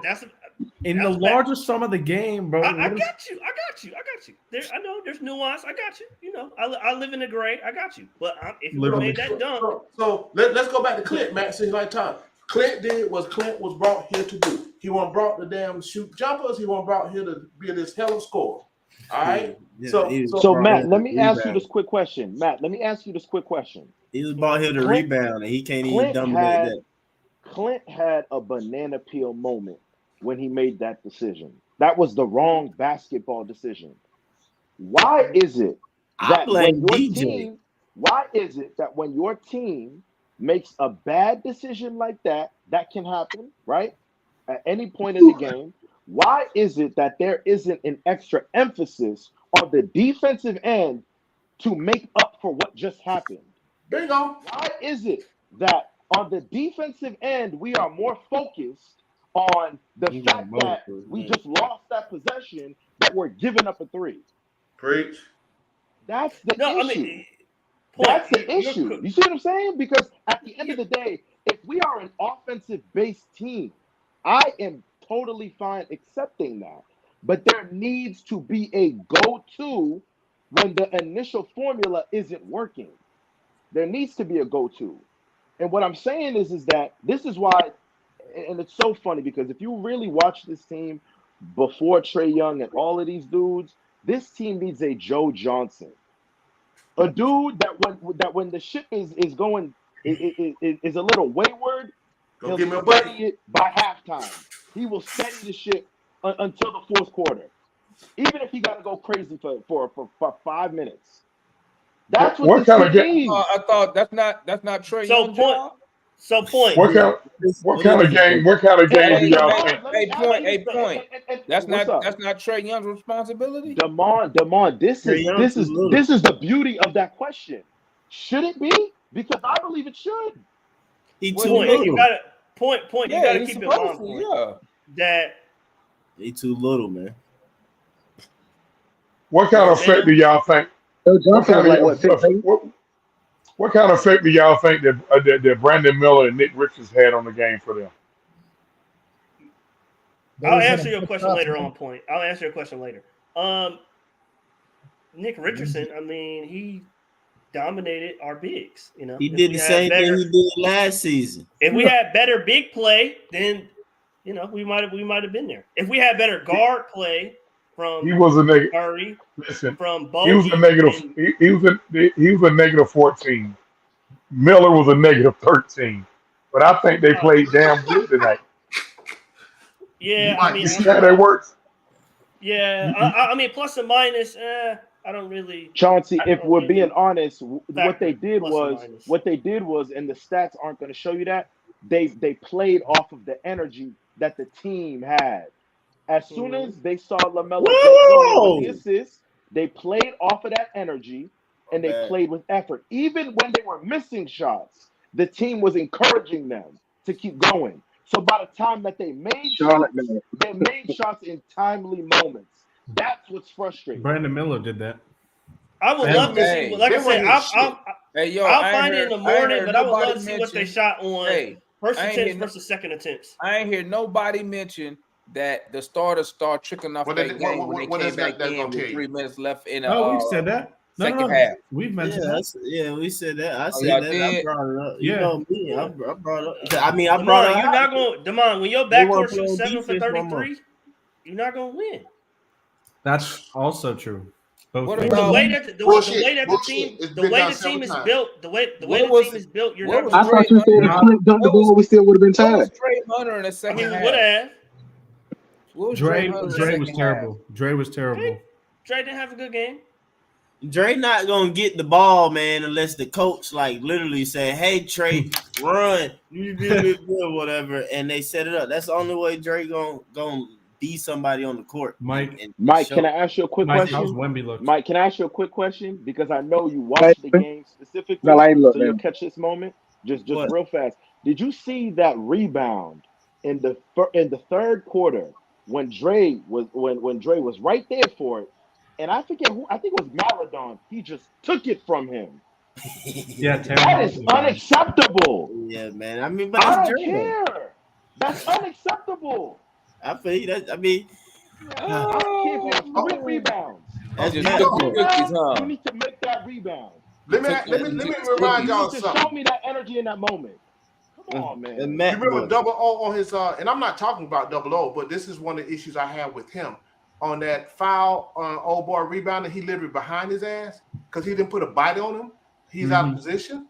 Yeah. He got that I think that 4th or 5th foul. This is why we talking about that's a dumb rotation. foul. That's Yeah, a he dumb foul. was out of position. Be more Foot. physical. Onyeka's problem is he's too concerned trying to get blocks. Yeah. Well, we noticed. We noticed.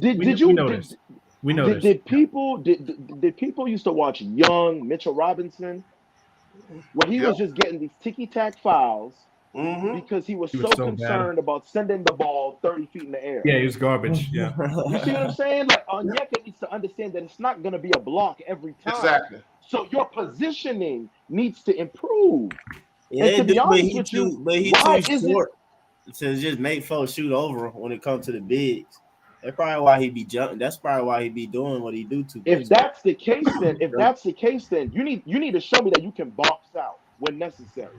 Yeah, you need to show me that you can position yourself to get rebounds. And Mike, to be honest with you, he's athletic. So let's not act like you can't out rebound the guy. I think Double O is an X factor for us. Let me tell you why. I really and truly believe that as much as Clint give us, and I'm a Clint guy, but I think the Hawks wouldn't mind offloading Clint, but they scared to do it. They scared to do it. Hold on, Double O gonna have to go get that 5 spot. He's gonna have to go and get it.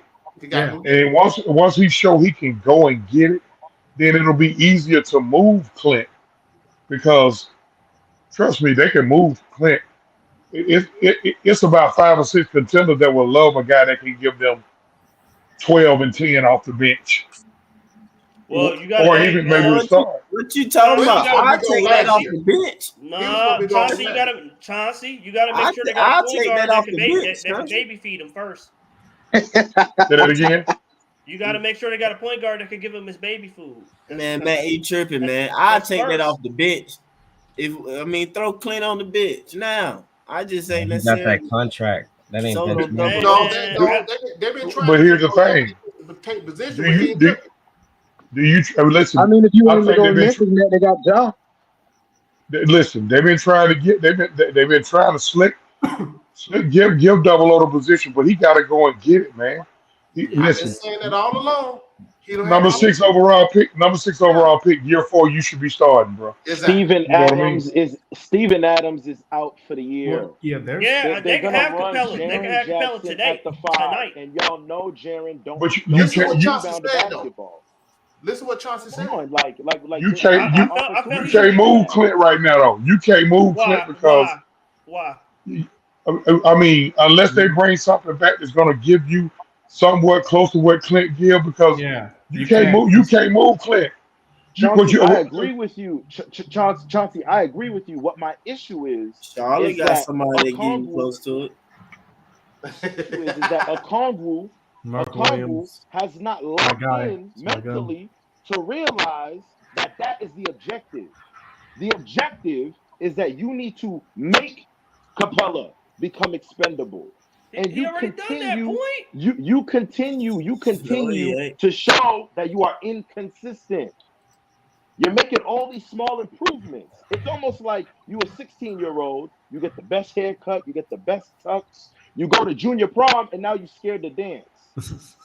Come on now. There it is. There it is. Point blank.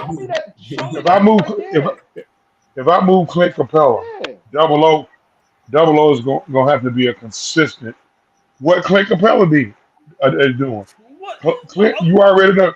You can pencil in Clint Capella for 12 and 11 or 12 and 10. Can we pencil in Double O for that? And I'm going to say no. I'm going to say no. Hear me out. Hear me out. Just hear me out on this. I'm going to say no because he plays very undisciplined defense. He's very undisciplined. As good as he can be on defense, he's undisciplined. I think we all see that. I agree. They don't. Chauncey, I've been telling the same thing. You don't think we can get a center though, Chauncey? Though, like a center in return that start and you still leave double O on the bench. Here's the thing though about that. I've said this many times, but Landry's in such a tough position because here you are, right? You gave Okongwu this extension. Glad he signed it. What a deal, right? But if you want to offload Capella, you don't want to do what you did for John Collins because that's not a good look in the organization. You know, the two players just gone for nothing. Clint Capella can help contender, yes, but at the same time, you also, to that point, adding on to that fact that you want to give Okongwu the minutes to prove himself. But on the other hand, if you trade Clint Capella for, let's say, I don't know, I think its value is like a protected first, probably like a top 10 protected first, and a 6 to 8 rotation player. I think that's Clint's value in my opinion. And if you trade for that, then you back up the guys that you want to develop. You back up AJ. You back up JJ. You back up guys that Sadiq might want to resign. Who knows? You back up these guys that you think has a bright future. So Landry's in a really tough position. You want to trade the guy because it's good for the organization of value. It makes us worse on the floor objectively. But you also don't want to trade a guy because if you do get pieces back, they back up your depth for what you want to develop. So there's really no easy option out of this. Add somebody to Capella. I'll get a guy, Mikey. I'll get a guy on an expiring contract and go find a. Add somebody to Capella and send them to Philly for Embiid. Thank you. Hey, that'd be awesome. That'd be awesome. Let me talk about what me and Mike.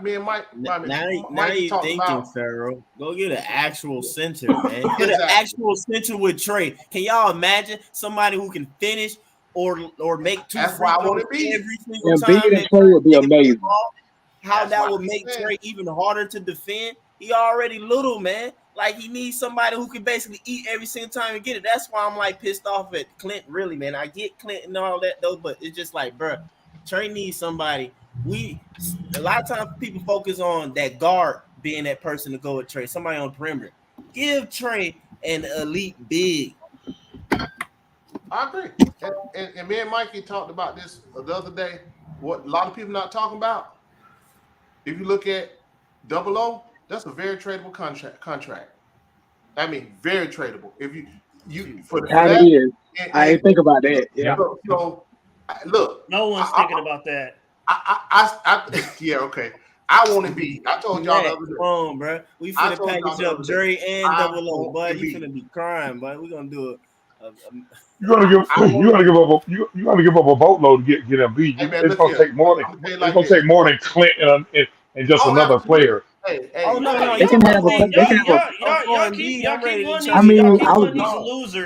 Y'all keep one of these losers next to Trey. I mean, so Chance, I was talking. So telling me Embiid will be good with Trey. It's like this. Me and you, the oldest out here, right?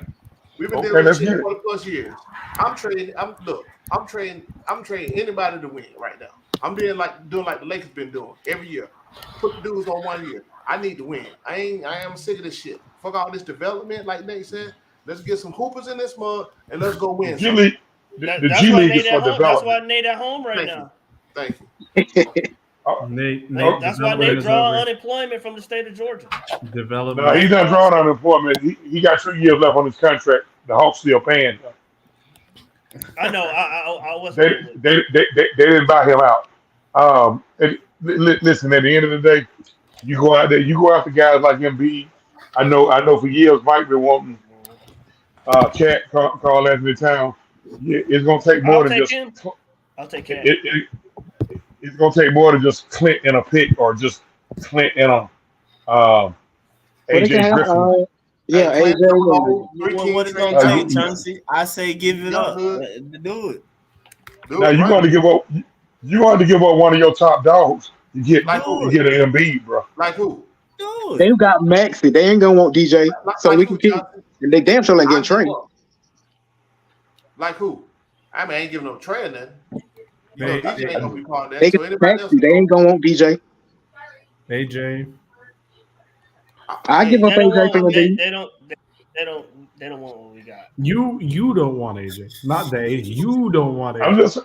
I'm just saying. Mikey, did he have a good game today, Mikey? No, I agree with you, Chauncey. We're gonna have to give up something. I don't care at this point. You going to dent your roster to get a cat like that now. I thought AJ was all right. He played 10 minutes. I don't think he was I terrible. say That's all I'm saying. Can I keep it 100 with y'all? Can I keep Go- it 100 with y'all? Go ahead. Do you think that the team is really considering maybe even a Karl Anthony Towns? No, not at the moment. I'll take Cat tonight. But I agree with you. I don't want Cat. I'm not saying that. I'm don't not think saying so. that he fits exactly what we need, but we all know that the biggest issue right now in the NBA when it comes to free agents is that we don't know who's going to be available and when.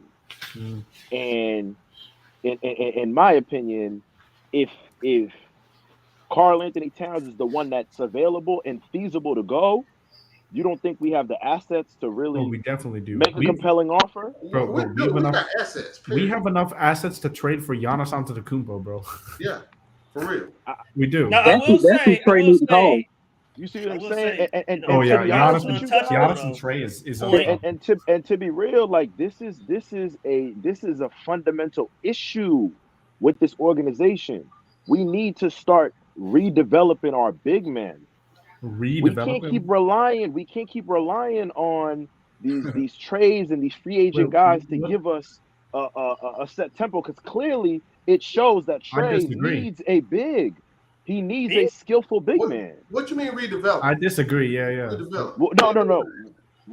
What I'm saying is that if it's not a Kongu, if we're gonna mold a Kongu into something else, right? An undersized 4 or whatever the case may be. He's a 5. If the point is that we're looking for a big, are we going to sit there and make a move at Cat, or is it going to be something in which we now need to go develop a Mo G or something like that? So let me ask. We now have to speed up his process. Cat really don't want to be a 5 no more either. Check this out. You either a hooper or you're not.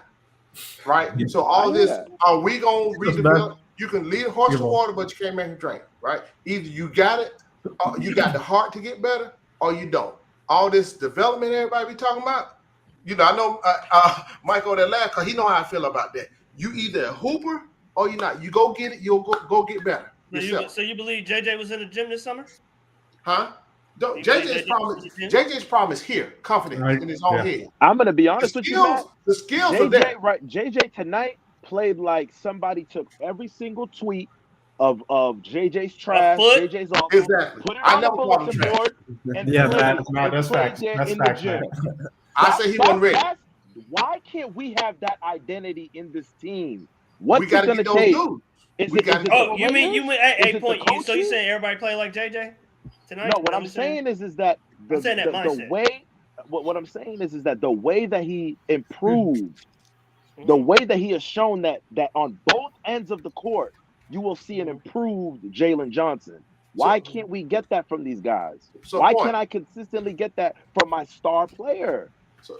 The big thing is. Let me break. Hold on, Matt. Here's I'm gonna break it down for specific with JJ. Right? JJ already had those skills. Like I said, I saw that same shit when he was in 10th grade. Right? So the problem with JJ, and everybody used to call me a hater, I just said he wasn't ready because his confidence. Right? So now the shit you see, he's been doing this. You saw it last year, but it's not consistent. Yeah, it was all here. Right? Now back to your point about why can't we get those dudes? We just don't. Like, hey man, I like my boy Anthony, but we ain't had a number 1 pick. We would have brought him home to the A. He coming home here. He coming home. Just wait. Eventually. Look at what he did. How he came to the league. Look what happened next year. He took his ass to the gym because you know why? He got that dog mentality, and that's my point. He even says he made him go home. You said it early. Why take 3 years for a 00 or whatever? He still ain't took Clint's position. I expect him to take Clint's position like almost damn 2 years ago. Every time he had the opportunity when he's out, he hadn't taken. Well, hold on. Before 2 years ago, 2 years ago, Clint Capella was a defensive player of the year candidate. Hold on. All right, a year ago, last year. So my whole point is we don't have them dogs. I don't give. If you had the dogs, the talent, if it's not there, it's gonna come. That's my whole. It's a mindset, like you said. Point. It's a mindset. You laid it out. I'm gonna tell y'all what the Hawks need to do. And everybody on this panel gonna probably jump me on what I got to say, but Trey. I'm gonna say, Uh-oh. nope, I ain't. Hold on. Yeah, you tripping. You got to get rid of. You're gonna have to some kind of way get out of that two. You running 2-point guards up top. One of them got to go. Okay. We've heard this before. Yeah. Give me a bona fide 2 guard up in here. When I said Zach LaVine over the summer, I almost got booed. Give me a bona fide 2 guard. One of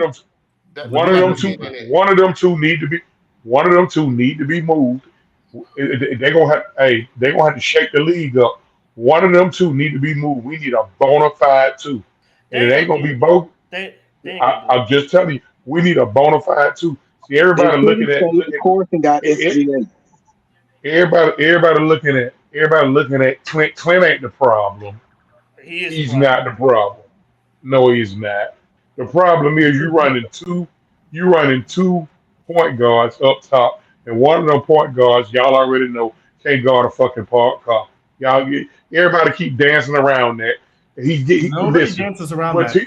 What teams do is, and guess what? He tried. You know what? I felt bad for him, but guess what? He actually tried tonight on defense. He did. They exploited it though. That's all I answered him. They exploited it. That's all. If nothing else, if you're gonna bring something in here, bring me a guy who's gonna be the first guy off the bench that can give you what he can't give you on the defensive end. If you're not gonna if you're not gonna play. I like DeLon Wright. I love DeLon. I love DeLon more than people think. The fan base didn't like DeLon Wright because he went averaging 29 and 10. Yep. But if nothing else, I like y'all. This team right now. Let me tell y'all something. I like that. Y'all Hawks. Let me tell you something. Y'all Hawks need role players to define their roles. That Eastern Conference final team had role players and they was defined in their role. Okay, Gallo was defined in his role. Tony Snell was defined in his role. Solomon Hill was defined in his role. Lou Williams was defined in his role. You got to have role players. You got the star power. You got Trey. You got DeJounte. You got a rising star possibly in Jaylen Johnson.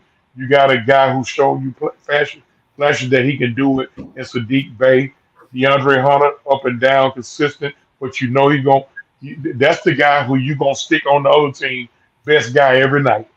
And whether you like him or not, that's who the coach stick on the other team's best guy every night. So I mean, but he could be trade bait. But one thing for sure, if you get DeAndre Hunter out of that starting lineup, and you don't bring back, if you don't bring back what he can give you defensively, we in a world of hurt. I'm just saying the Hawks are missing a bunch of defined role players. I don't think I said defined role play. We got a bunch of defined role players. Last year I agree with that, but this year I don't.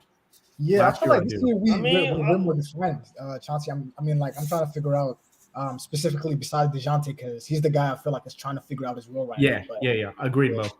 Yeah. So is there anyone else besides him like that you're pointing at, Chauncey? No, I'm just saying that the thing about it is, in a perfect world, we would want this to work, but you got two guys who got to have the ball in their hand and they're on the floor at the same time.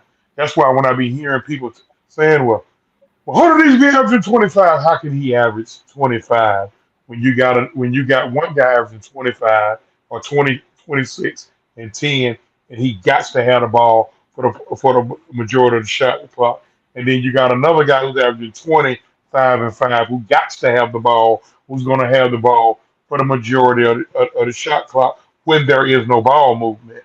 And what I've been hearing, a lot of people. What I've been hearing. Allow me to finish, Coach. Hold on, Coach. Just allow me to finish. Now, listen, when that happens too much during the game, where they go into I got to get mines mode. That's why we lost the game tonight. I mean, They shot 7 for 30. true. They shot 7 for 33 tonight. But I And mean, and that's why I and, brought and, and, and, that's why I brought Quinn and, here. and a few of their shots were wide open misses. A lot But of them were. they, Most of them.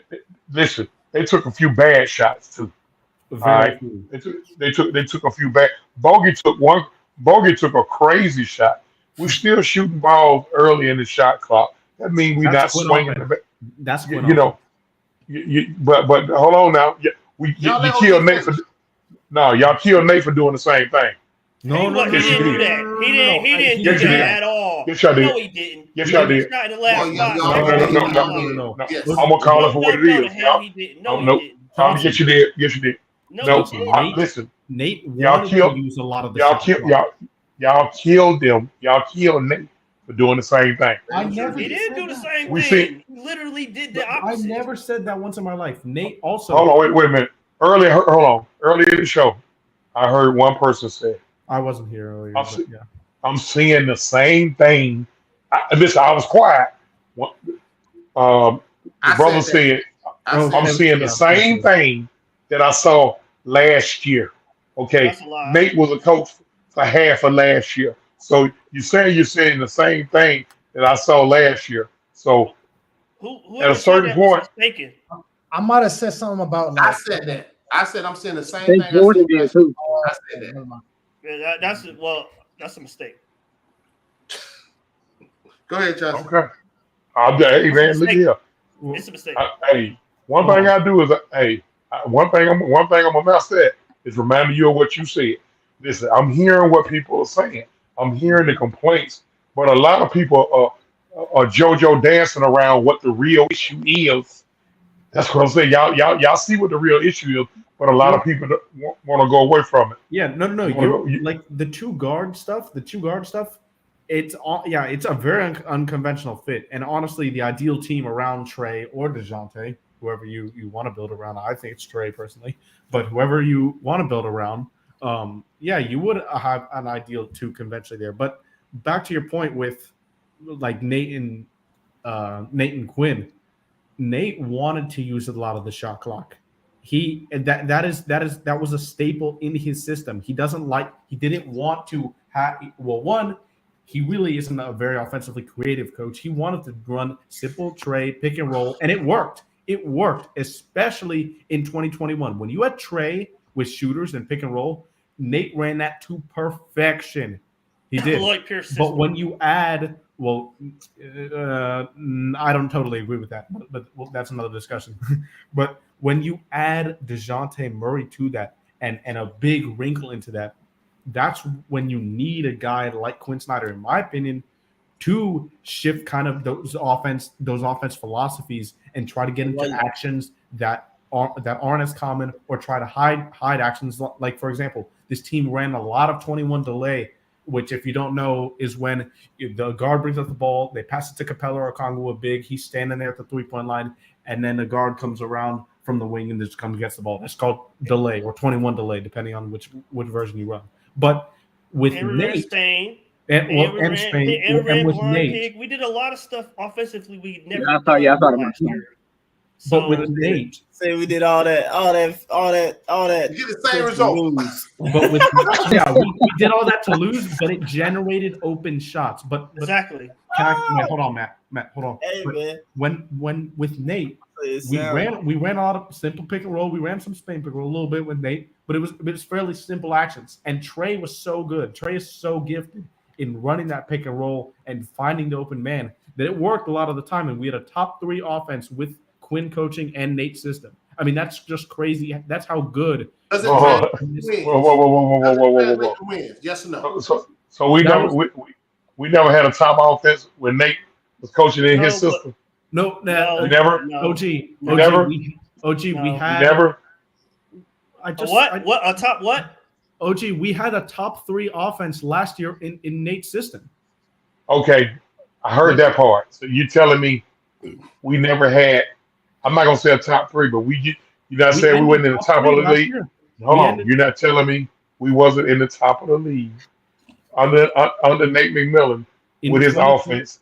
In 2022, no, we were not as far as just his system. But Matt, that's not right, because when Quinn took over this team, we know that he didn't do anything different. He just ran Nate's offense, and with that, we were top 3 in the league. So both y'all's points are like kind of correct. Well, no, Matt's actually wrong, but your point is kind of correct, OG. Like Nate's offensive system versus Quinn's offensive system, they're very, very different. Very different. I told y'all that I always have questions about Trey. Trey, and for me, he's great at running the pick and roll and everything, but at the same time of him being great at it, he needed, man. Trey is little, man. He's small. He needs the defender for the most part to get taken off on so he can, in a sense, go downhill and everything is like that type of situation. Like Trey just getting the ball and these supposed to be screens or whatever that Double O and Clint never really set the screen. They just kind of do a little elbow nudge or something like that. That stuff isn't gonna really get Trey loose and free like that, man. I'm gonna call it for what it is. You move Clint Capella out here, you're gonna take away almost 2.5 assists from Trey, unless you get somebody who's gonna come in and do what Clint Capella do. You telling me that Akonwu can't catch some baby food 2 more times a game? 3 more times a game? No. He would be starting to be, well, if he could, Matt. That's the whole issue. Ain't gonna be able to play the whole game. Hold on, let me tell you something. Don't y'all think Quinn Snyder, don't y'all think Pyru Q, as I call him, don't y'all think Pyru Q gave thoughts to starting Double O? Who were the main 2 guys? Who were the main 2 guys? Who were the main 2 guys that were mentioned in trade rumors after Collins got traded? Who were the main 2 guys? Well, tell Foot to cover Trey his ear. and One of them was Capella. It was Capella and Hunter. Yeah, listen, it's a reason why they're still here. Exactly. You can't tell me they couldn't have moved them. So it's a reason why they're still here. So why are they still here? They couldn't find a backup. I believe That's because it. they couldn't move them because they suck. The other teams. No. They could easily move them. They could easily move them. Bro, I'm watching Dallas play San Antonio right now. Dallas made the right decision. Dallas was like, nah, we don't want that sorry bum. Y'all keep him. We gonna roll with these rookies.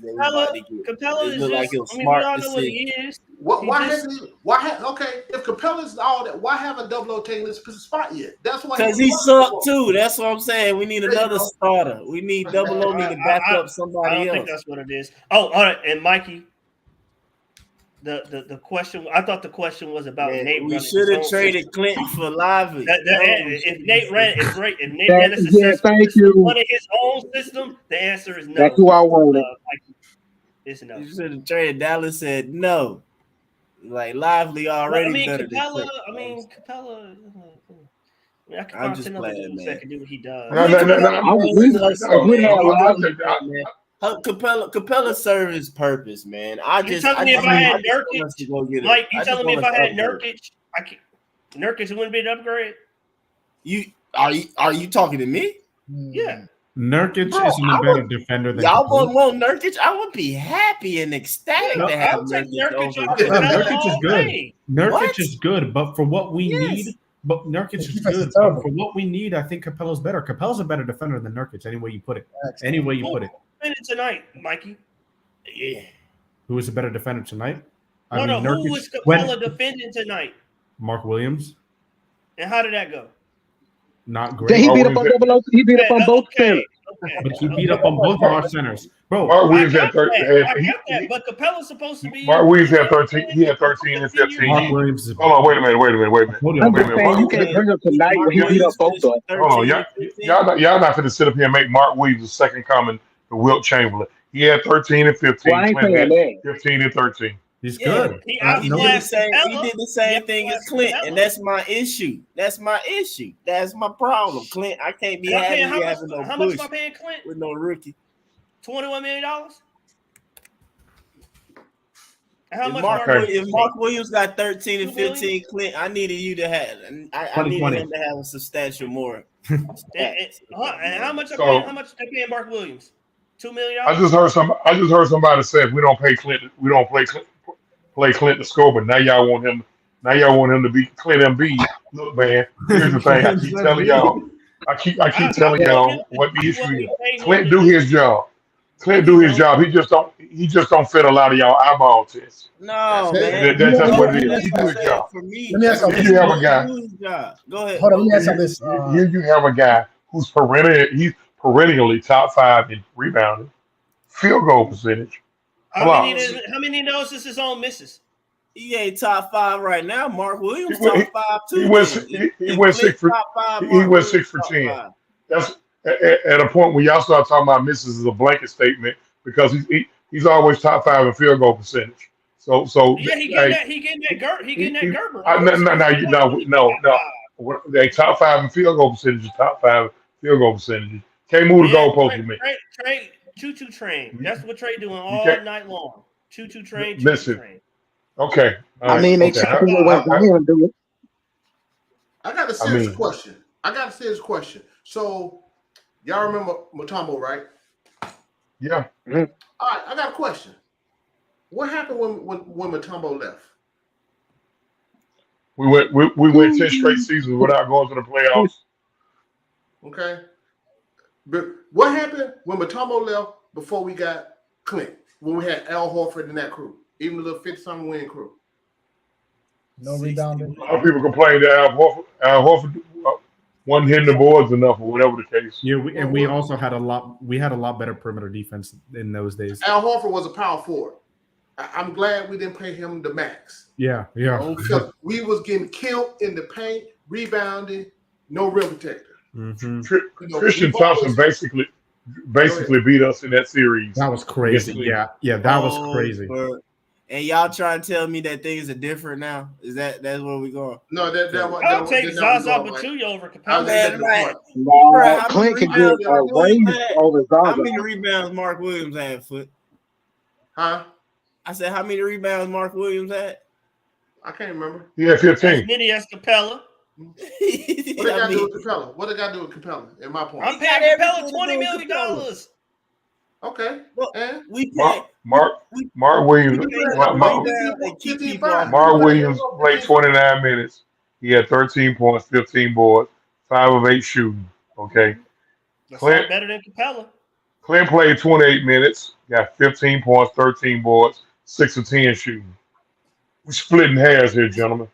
Okay, but one is making 20, the other two. But that's the issue, though. Man. Clint to be splitting no hairs with no Marvin Williams. Clint was brought here Not for a Marvin reason. Williams, whatever his name. I don't look at no man pocket. Hawks legend right there, Mike. Hawks legend Marvin Williams. I don't look at no man pocket. I don't look at no man pocket. Y'all just said y'all want some dogs. Hey man, look. If Trey is a push with LaMelo, that's closer to being okay than Clint being the push with Mark Williams, man. For what people pay for. That's not what. No, that's not. It's not. I disagree. I strongly disagree. So hold on. So you didn't see Capella getting manhandled by Mark Williams, and that's fine to you? No, I didn't. I saw two bigs going at it. That's what I saw, and the numbers show that they went at it. The difference is one of those bigs, his two guys up front was making their shot, and the other big, two guys up front wasn't making their shot. There's your ball game. I agree with the second part of what you just said, OG. Yeah. Mm-hmm. I told y'all CC was going to be the scapegoat when we lose this year. Capella, I'll tell you, if I took that $18 million and I reorientated on the roster, I'll have some more dogs. I'll have some more guys down on the court for loose balls. What would you replace him with? Capella? Yeah, what would you replace him with? Derek Lively. Give me Daniel Gafford. Give me Daniel Gafford. I'm high on Gafford. Give me Daniel Gafford and a bunch of Royce O'Neal and Who's available? Are they available? Are they available? Yeah, they're What available. what if Dane Gafford doing for whoever he play for now? He doing fine for Washington. Gafford started for the Wizards. I'm gonna say he do okay for the Wizards, and he ain't got He Trae could do what Young. he could do. It. I guarantee he could do what Capella He do. can do If he what got Clint Trae Young do, throwing man. him the ball. What, yeah, bro. What Clint? If Trae Young baby feeding man. him, he gonna With give me Trae, what Capella giving me.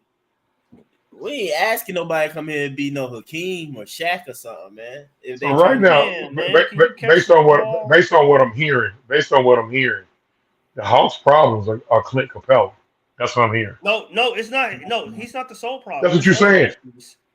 No. But that's the issue that you harping on. Biggest problems. He's one of the biggest. But no. How is he the biggest problem when he is top? He's one of them.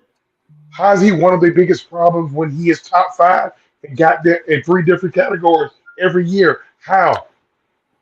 Cause you know how it is. How? Let me ask y'all this. How?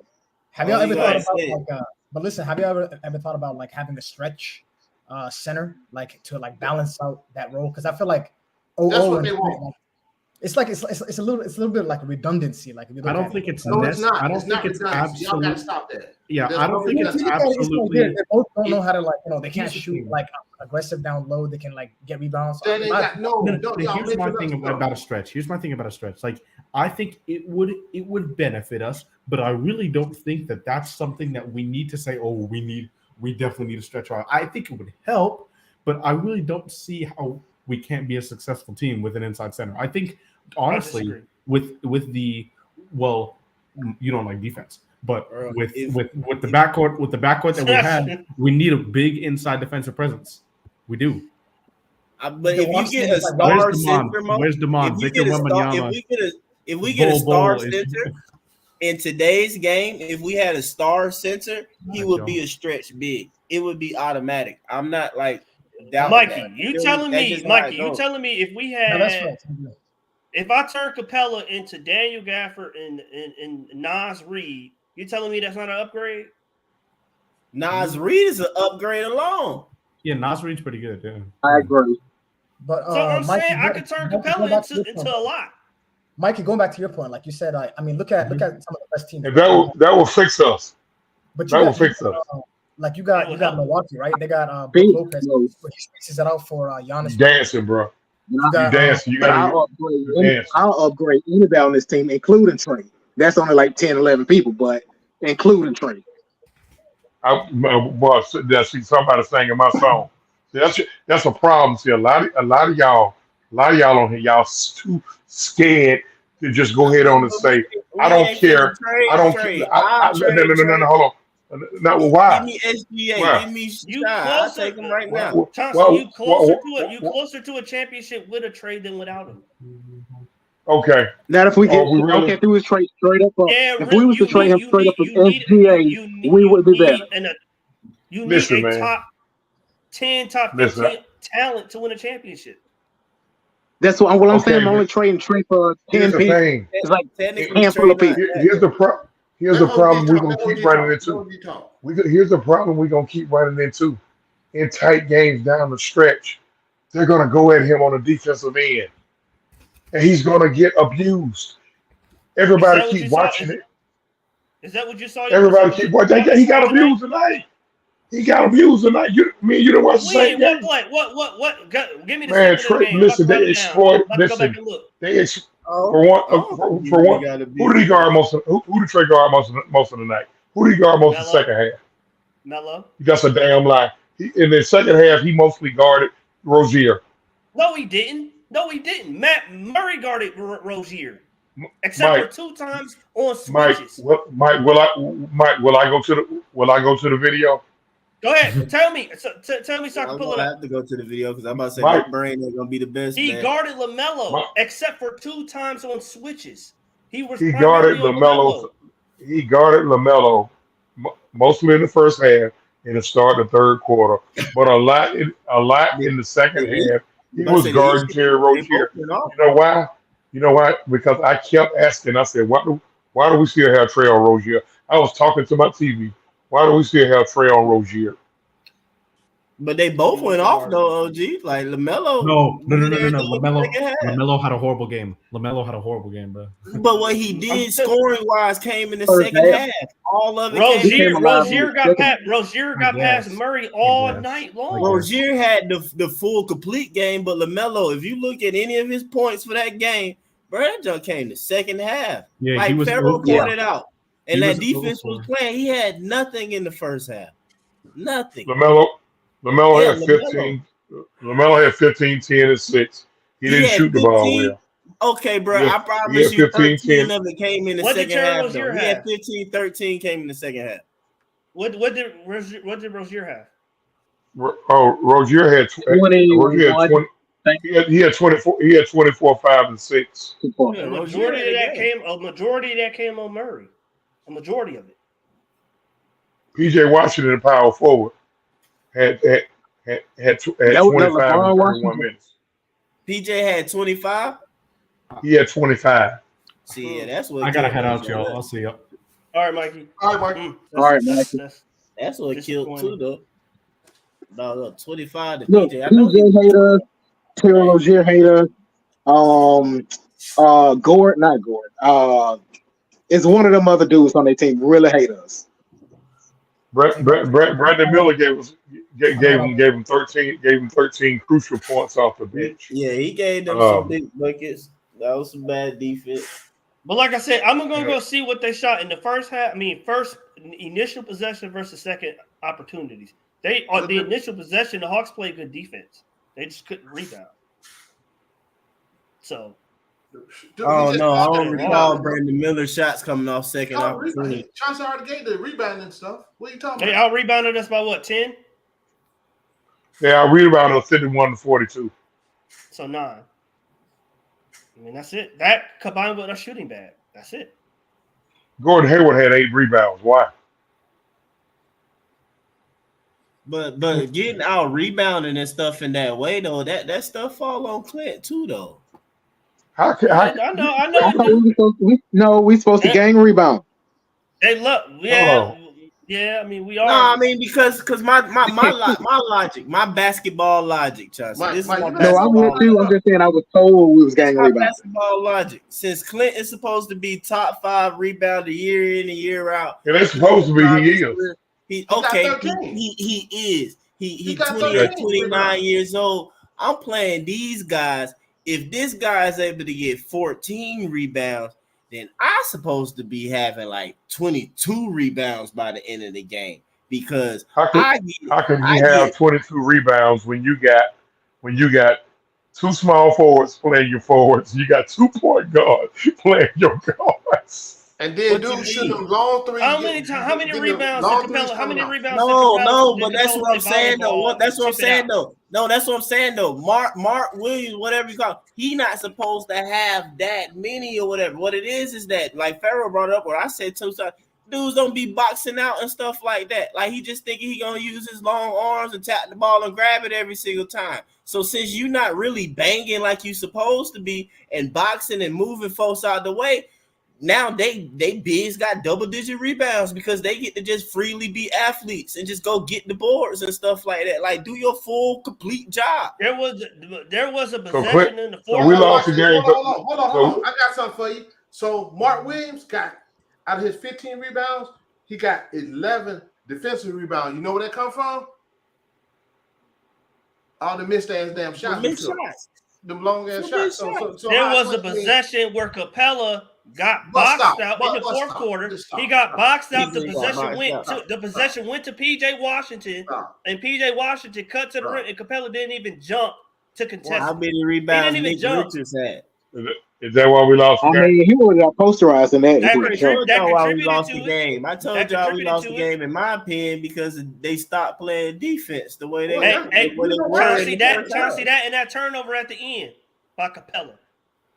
Okay, so you got that turnover. We lost the game. Hold on, we lost the game because Capella missed on a box out, and he had that one of his 2 turnovers. You act, but one of his two Chauncey, you act, turnovers. That's what I'm being. Chauncey, you act like it take a hand to God to lose. You lose by one possession here, one possession there. Now, offensively, we shot terrible. So us shooting bad combined with those mistakes, yes, that's how you lose. In a game where the margin of error is thin because you shoot bad, you make two very bad defensive plays, one offense and the other one defensively. Yes, you're going to You know lose how a tight game. you know how that sounds different than what you said earlier. You said, you know, if he'd have made the dunk, we'd have won, we'd have been in it. But now you're saying because of the I shooting said no. and him missing. It would have tied it. Get his ass, Pharaoh. You're right, It would have Pharaoh. tied it. Get his If ass, Capella Pharaoh. would have made that dunk, the game would have been tied. And the shooting was bad.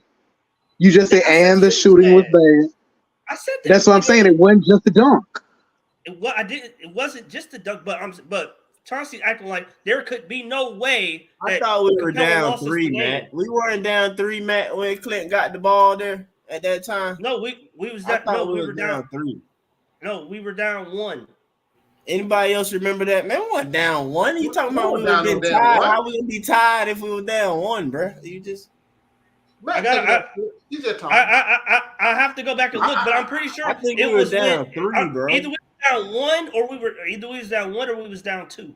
I think we were down 3, but we had enough time to still get the 2 and still keep playing defense. But in my opinion, I blame DJ because I wouldn't have gave Clint the ball right there, knowing that nigga would have blown the. I mean, just like, bro, you about. He Ben Simmons. Mike, DJ was kind of out of control when he gave it to him, bro. But it's his momentum, the way he was still going. He was kind of under the rim, and then somebody by him, and he completely under the rim. Clint ain't coordinated enough to dunk and finish that thing from like completely under the rim. Even though that sounds simple, but Clint ain't doing. He was in a dunker spot. That's not his shot. He was under the rim. He was in a dunker spot. He was under the rim, man. Matt, under the rim, not under the rim in the sense right in front of it. Not for Clint, bro. That's a choke spot, bro. Clint under the rim. Hold on, wait. So I got a guy. Hold on, wait. So I got a guy that I'm paying $20 million to.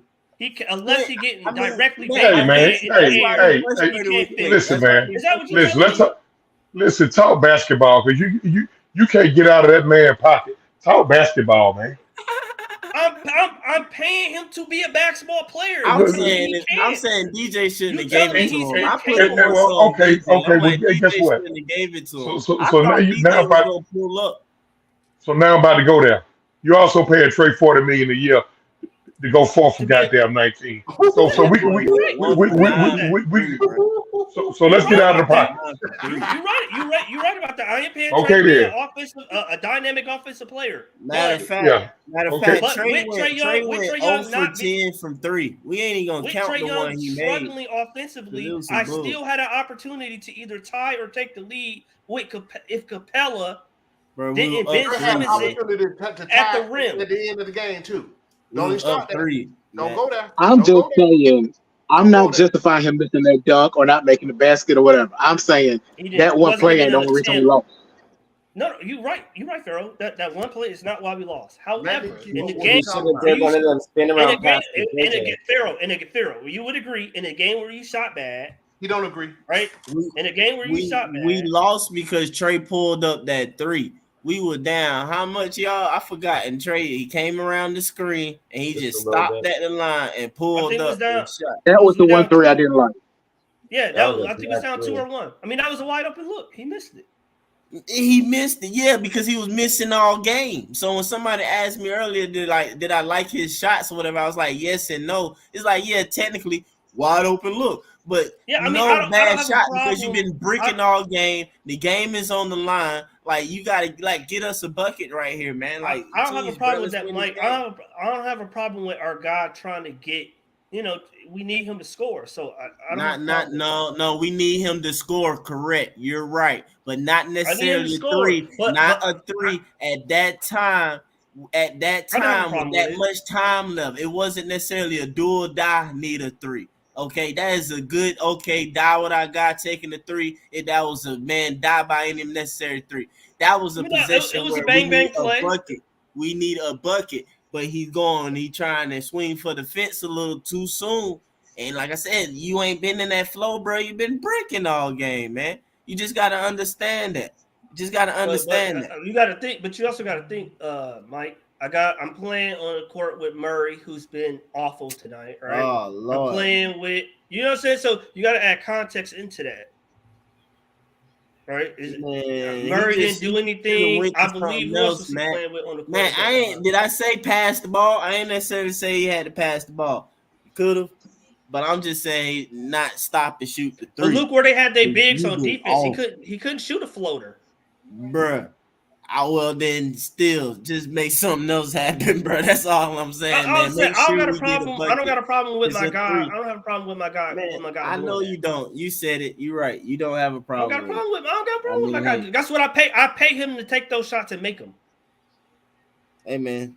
I guess he got to make them. Yeah, I mean, you don't just pay him to make them because he ain't make this one. You pay him to brick it too. So yeah, I expect Trey to make that shot. I do. Mike, how well you know me when it comes to Mike? How well you know me when it comes to my ghetto film study? Ghetto film study, man. I mean, okay. I know you be. I be seeing the clips, man. I know you be going back on the game. So I'm at a point right now. 2:22 left in quarter four. 2:22 left in quarter four. I'll tell the guy that come around. I'll tell you something around. I can't turn it around, Kevin. Yeah. Fuck it. Oh, well, I don't know. I tell y'all what, I'm gonna put y'all on my TV. We had 2:22 left in quarter four. Now Matt just sit up there feverishly blame Clint as to why we may have possibly lost the game. Y'all see what's going on, right? No, what's score? That's the one that you said. Clint blew the game. That's what he said. Clint blew the dunk. Hold on. It's 105. 103. Yeah, one. With 2:22 left in the game. Right? What's the score? Man, we should have won the game. 2:22. 105. Up to 103. Okay. You got Clint setting the pick for your megastar.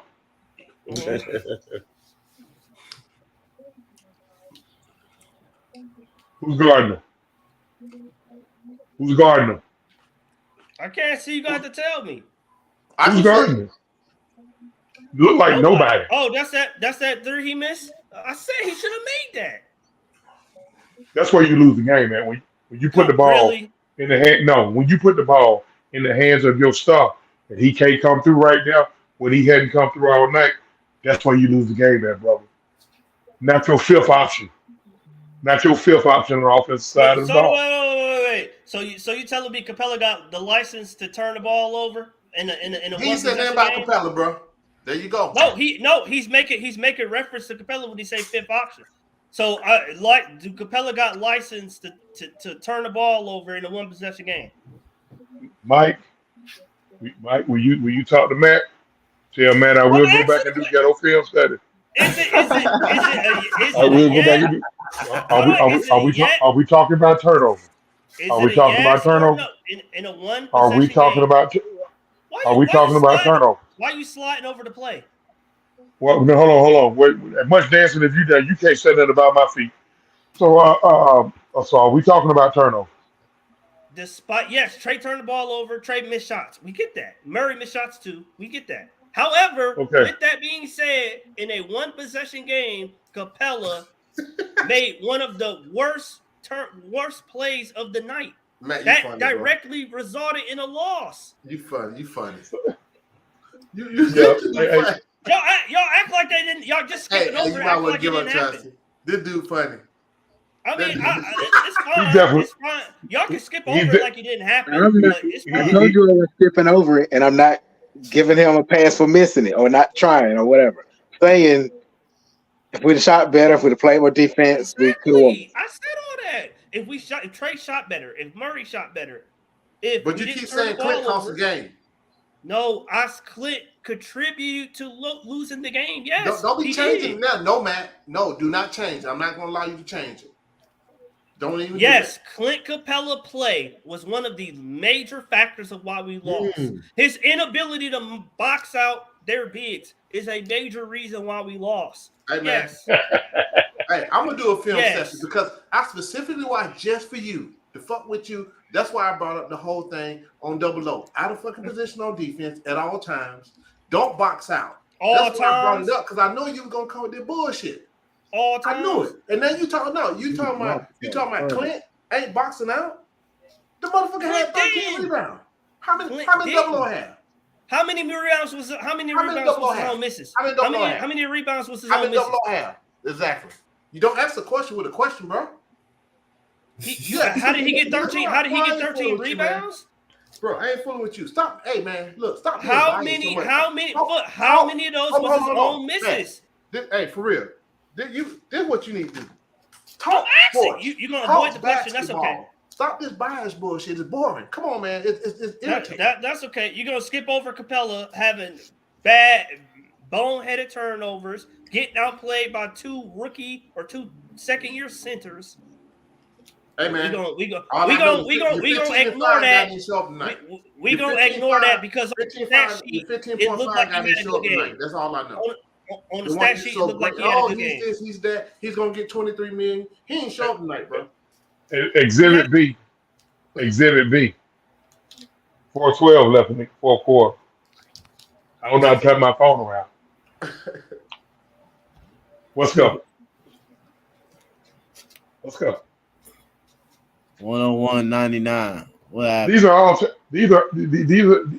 are opportunities to either tie or take the lead. And here's your money guy. Yeah, this is the guy for us. Here's the guy who you pay. You just said something talking about the pockets. So Trae Young is just a regular. No, listen, man. I said here's your money guy. I ain't talking about the pocket. When I said money, we use money in several different ways. Okay, all right. Here you go. Hey, take us home, Trae. Take us home, Trae. That's what you're supposed to do. Take us home. Take us home, Trae. Take us home. Okay. All right, Jaylen missed the shot. Clint gets the rebound, gives it to Trae. Hey, man. That's a rebound. It ain't rocket science, bro. He had a bad game, but how was that play? So you saying that play is more consequential than Capella's play? Or is it less? I'm saying it's all. I just brought up two instances. Had the ball in his hand. I just brought up two instances in quarter four when you expect your guy to take us home, and you're talking about the fifth option missing, making one turnover. His option. He said irrelevant. His hierarchy on the team. His hierarchy on the team is irrelevant to the fact. He turned the ball over in a critical. Tell Matt. Matt, if Trae goes, well, what he went 1 for 9? What if he go what would it be 3 for 7 or something like that? We win, bro. We already established that. Okay, then. So why you keep blaming Clint? That's basically what he's saying, bro. Like, stop. Blaming Clint. I'm saying despite Trae Young's bad shooting night, despite Murray's bad shooting night, despite Dre falling out, despite all that terribleness, they still had an opportunity to win at the end if Capella did not miss a key box out. That's the problem. That's the problem. You're basically excusing all that bad play, and because Clint fucked up, it's his fault. I didn't say it's his fault. Matt, where about at the end are you talking about? Well, like what part of the end? Where was the time at in the game? Help me out so I can find it for you. I don't have it written down. I have to go back and look. It had to be under 2 minutes. It was under 2 minutes. Maybe in the 50-second. It was under a minute. Yeah, 50-something like seconds. around there. A minute or so. It was under a minute. Okay. All right. Not too much, but around that range. Okay. So okay. Because something happened right before though. Trae, I think, blew a play right before it, bro, and we just wind up getting another opportunity. If I'm not mistaken, I don't know. Okay, no, man. No. I think it's only fair to Matt that we go to this play. I'm just trying to find it. I think it's only fair. I mean, we when I Capella want to moved. see it too. Cause like I said, man, I more so Steve I should blame make it remember his the point. play. I remember the play, but DJ. it's Shouldn't just have gave it crazy to because him. Trey Yeah, had the under ball the for And like. back. tell me what he was thinking. Under the back. Chauncey, when you find it, tell me what he was thinking. All right, He was let trying to me make a play. let me He go got find the it. Let ball me in go an find awkward it. position, and he tried to make a play, and it didn't work. Don't you, Let me go find it. Tanju, making a play? Don't that require an action? Don't that require a verb? What did he do? What was the action? What was the verb? What He did tried he do? to pass the ball out, and there was So like now, defenders in the paint. now he's an English teacher. Okay, all right. English teacher. Now we're talking about actions and verbs and shit and adjectives. Hold on, Matt. I think it's only fair that we get to your point. All right. Let me Right? know. Pull it Hold up. on. Let me Yeah, know. but y'all help me out. All right, y'all help me out. Where What? exactly was this? It was Where under. exactly? It was under 2 minutes. Under 2 minutes. Okay. Okay. All right. Close to the minute range, man, because time was running out. Okay. And then look at hey, make sure and then look at the opportunity we had after that, Matt. Hold on. After that, Their that confidence was shook that after might have that. been our last opportunity. I can't remember, but I think we had Their one. Right, confidence I was think shook we had after one that. before that. They said our big money center, goddamn, out there traveling with the ball. We got no hope tonight. Missing shots. I bet You know, you name no by hope tonight. you know name by 5 turnovers. The man was only charged with 2 of them now. I mean, damn. Come on now. Your name by 5 turnovers. Okay. I All bet you right. DJ Man, We Mo inside G of gave it to him. I don't think Mo G we would have inside had that turnover. we're inside of 2 minutes now. I'm looking at 107, 103 Hornets. Okay. Charlotte got the ball. Let's see here. Okay, Charlotte got the ball. Okay. All right. You see. PJ goes to the hole, shoots a floater. It's 109, 103 with 137 left. Now this action took place somewhere inside of 2 minutes, right? Okay. I think it was the last minute. Okay. All right. Dre shoots a 3. He misses. Clint tips it back out to Trey. He did that shit about 9 times tonight, Trey. Okay, he finally hit a floater. Okay, it's 109, 105 with 119 left. Okay, all right. Y'all just stay with me. Just stay with me. Okay. All right. Okay, because I ain't good at all this. I hold on. All right. Rozier shoots a 3. It's at the 50. Go to the. It's at the 55-second mark. At the 55-second mark. Yeah. So it's 109 to 1. Go by the 59 minutes. Okay. It's 109, 105. There you go, right there. That's the play. Okay. Hold on. Let me show you what happened. Let me show y'all. What's the score? Let me show you. It's 109, 105. Let me show y'all what happened right before. About to be no tie. Hold on. Wait a minute. Y'all, let me show y'all what happened. That's what he said. Right, I know. It's 109 to 105. I said, Listen, see, I knew it wasn't about to be no title. The hottest player on their team got the ball. We need a defensive stop right here. So the hottest player on their team shoots. Who closes out on them? Damn. Clint. God damn. Okay. So they missed. Okay. So let's just the ball though. Okay. All right. Okay. He gave it to Clint. Okay. Clint. Okay. That's a mistake. So 109 to 105. So if he don't turn the ball over there, so he basically you were saying he blew a chance to tie the game. So he was supposed to get a 4-point play on that. Okay. All right, score 109. Well, how much time left? It's 53.4, but score 109, 105. So it's 50.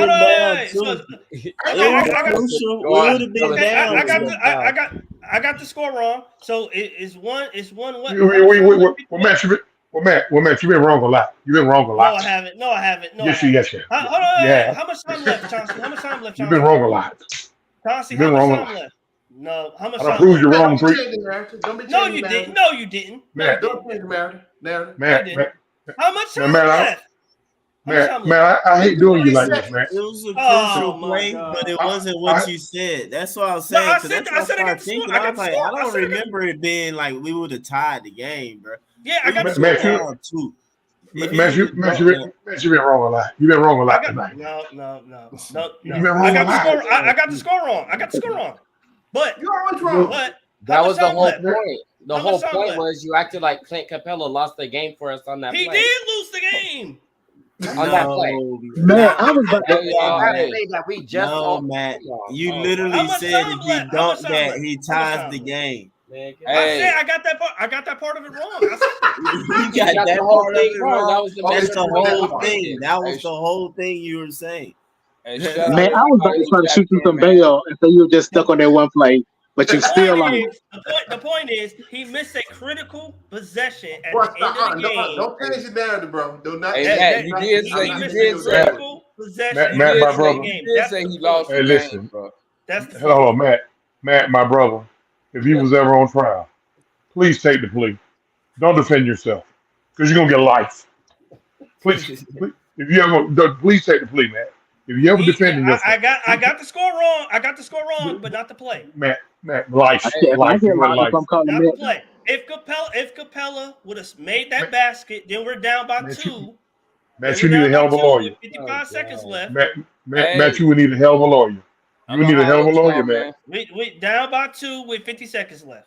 Hey, yo. I'm calling. If I get locked up, I'm calling Matt. Hey, No. Hey, Okay, all right. Shout out everybody for tapping in, man. We appreciate it. All right, man. I'm back watching here. for Matt. I love Matt, man. I love Yeah, Matt. I gotta come back for Matt. Y'all tap in, man. We up out of here, y'all. Peace. All right, yeah. Matt, you got to stop when you're behind, bro.